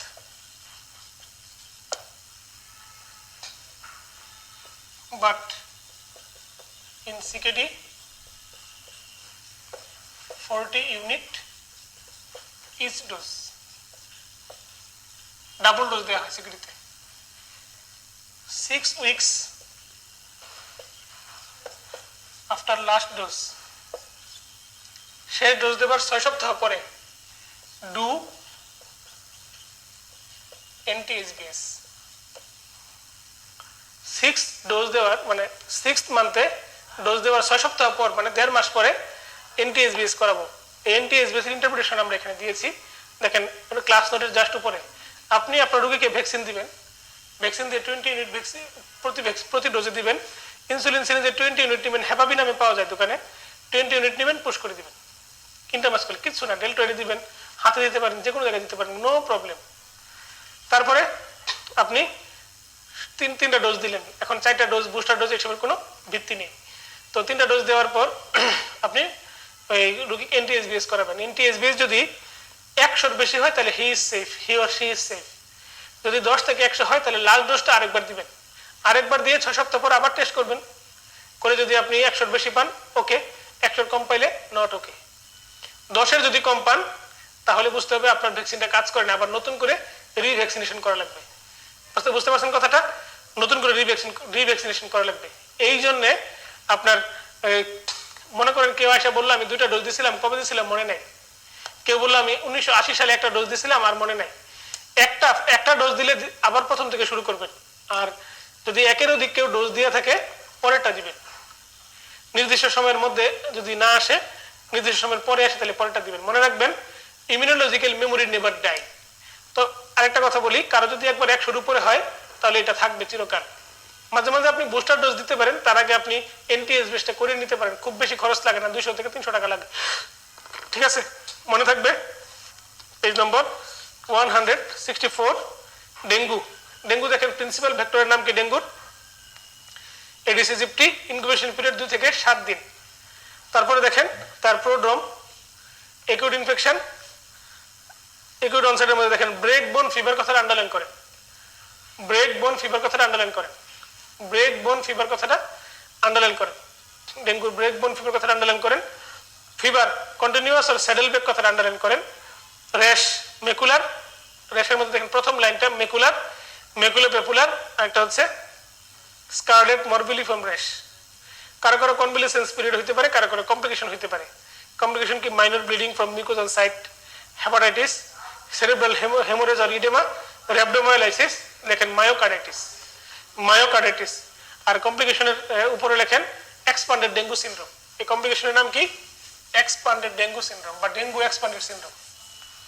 Complication নাম হচ্ছে এক্সপান্ডেড ডেঙ্গু সিনড্রোম বা ডেঙ্গু এক্সপান্ডেড সিনড্রোম। ঠিক আছে, এখন আসেন ডেঙ্গু হেমোরেজিক শক আর ডেঙ্গু শক সিনড্রোম। এটার প্রথম প্যারাটা একটু দেখেন কি কি হয়। থ্রম্বোসাইটোপেনিয়া, হিমোকনসেন্ট্রেশন, তারপর দেখেন লেখা আছে hypotension, fever, circulatory failure, pleural diffusion, ascites আছে, hypoalbuminaemia, acute respiratory distress syndrome, ARDS এসব হতে পারে। তারপরের প্যারায় দেখেন লেখা আছে capillary leak causing effusion, cytokine release, কথাটা পাইছেন? Cytokine release. তাহলে এই dengue shock syndrome, dengue shock syndrome DSS এর কজ কে? এর কজ হচ্ছে ক্যাপিলারি লিক। ক্যাপিলারি লিকটা কেন হচ্ছে? Cytokine storm. আরেকটা নাম হচ্ছে প্লাজমা লিকেজ। আপনারা কি বুঝতে পেরেছেন? হচ্ছে প্লাজমা লিকেজ, মনে থাকবে সবার। এরপরে আসেন ইনভেস্টিগেশন। প্রথম 3 দিনের মধ্যে আসলে আপনি কি দিবেন? Dengue NS1 antigen. তারপরে 3 থেকে 7 দিনের মধ্যে আসলে অ্যান্টি ডেঙ্গু IgM, 7 দিনের পরে আসলে অ্যান্টি ডেঙ্গু IgG। যে কোনো সময় আসলে কি দিবেন? RT-PCR ফর ডেঙ্গু, এটা confirmatory test. Management and prevention, মশা টশা আপনি অ্যান্টি প্লাটিলেট ড্রাগ আপনি দিবেন না, মশা নিধন করবেন। তো ম্যানেজমেন্টের ফ্লুইড থেরাপি হচ্ছে মেইন ট্রিটমেন্ট। ক্রিস্টালয়েড ফ্লুইড হচ্ছে ফার্স্ট চয়েস, তারপরে কলেট, তারপরে ব্লাড, আইনোট্রপ এবং vasopressor. Steroid, eltrombopag has no role. Aspirin এবং আদার অ্যান্টিপ্লাটিলেট ড্রাগ আমরা অ্যাভয়েড করবো। ফলো আপ কি করবো? রেগুলার বিপি মনিটরিং করবো, ডেইলি সিবিসি মনিটরিং করবো। সিবিসিতে আমরা কি খেয়াল রাখবো? প্লাটিলেট আর হেমাটোক্রিট। হেমাটোক্রিট যদি বেড়ে যায় বুঝতে হবে আরবিসির ওজন, শুকনো আরবিসির পরিমাণ বাড়তেছে।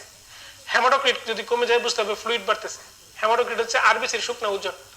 তো হেমাটোক্রিট বেড়ে গেলে বুঝতে হবে আরবিসি শুকিয়ে যাচ্ছে, মানে ব্লাড নাই, তাকে পানি দিতে হবে।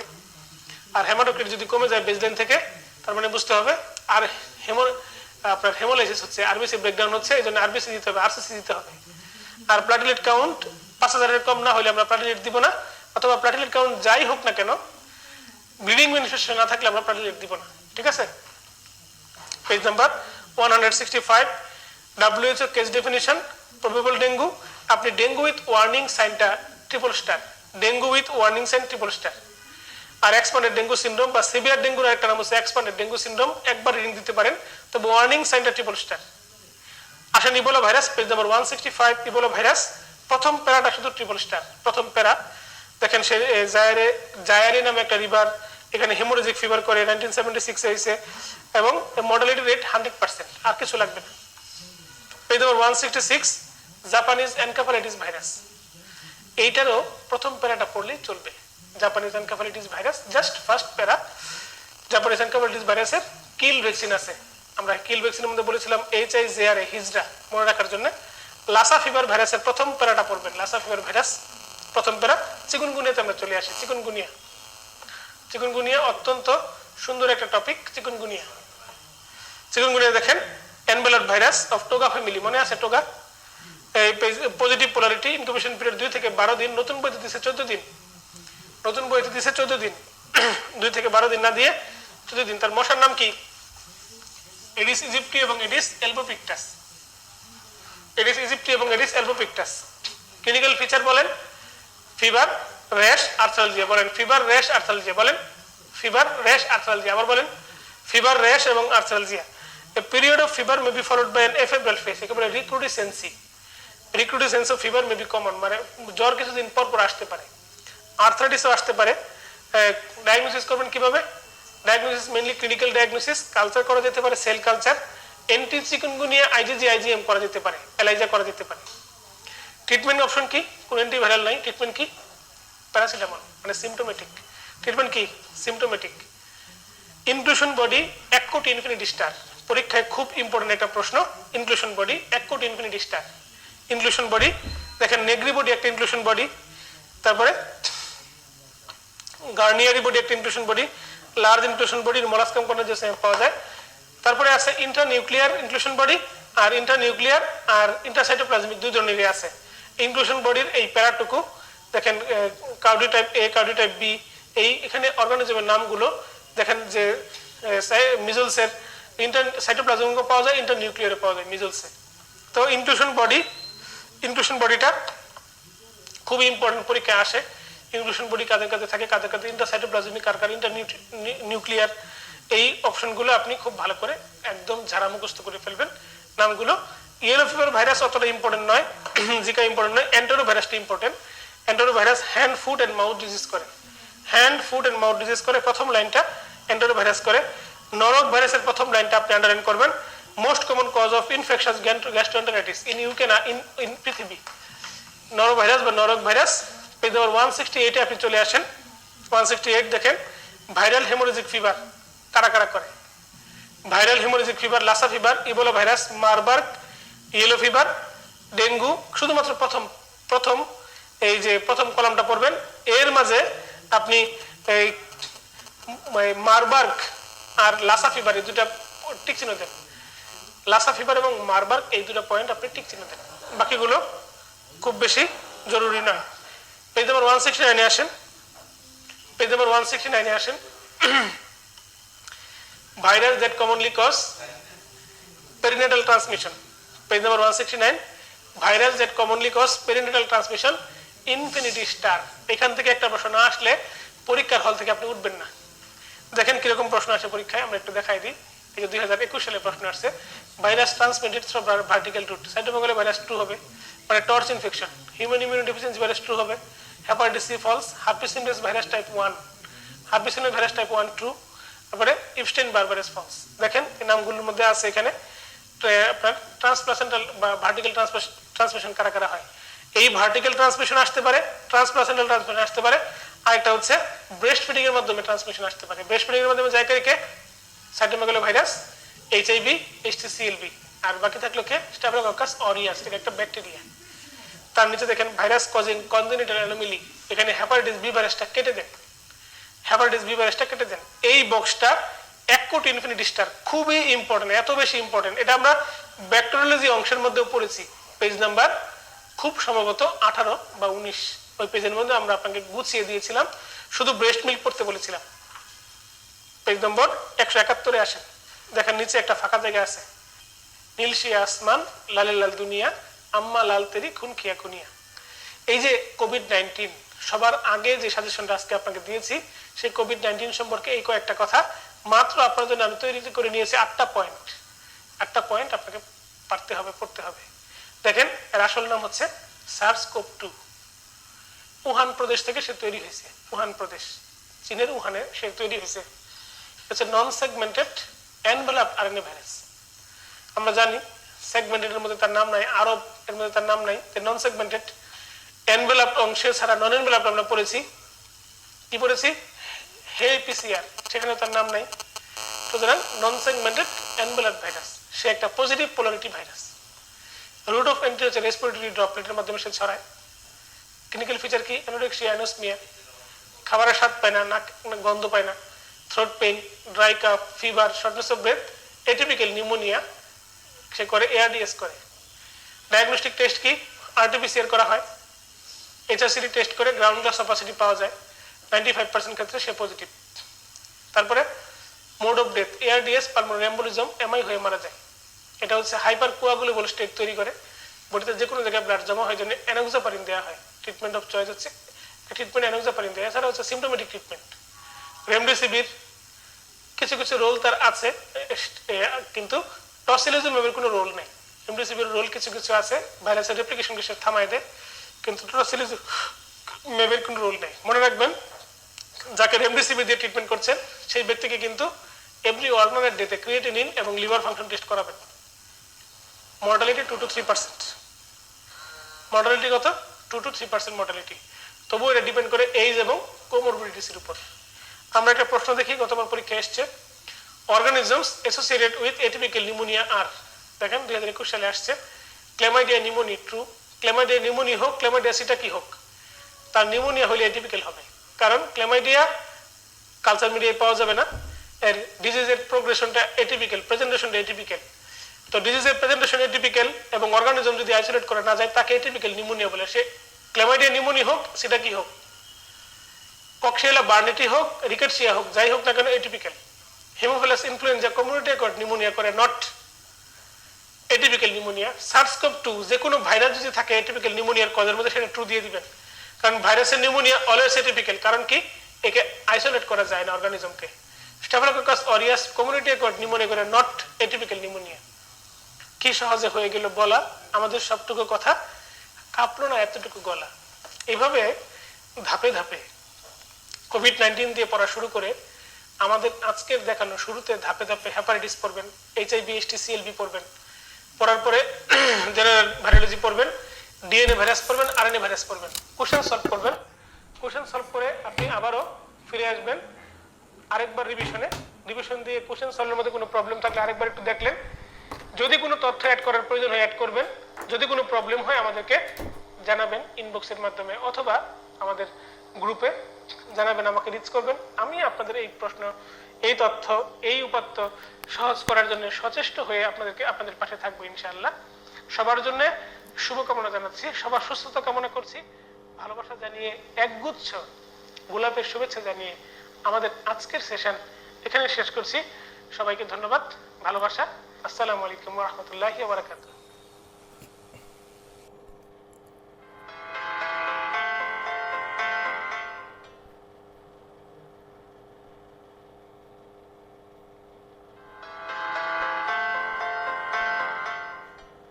প্রিয়ন কি জিনিস? Infectious particle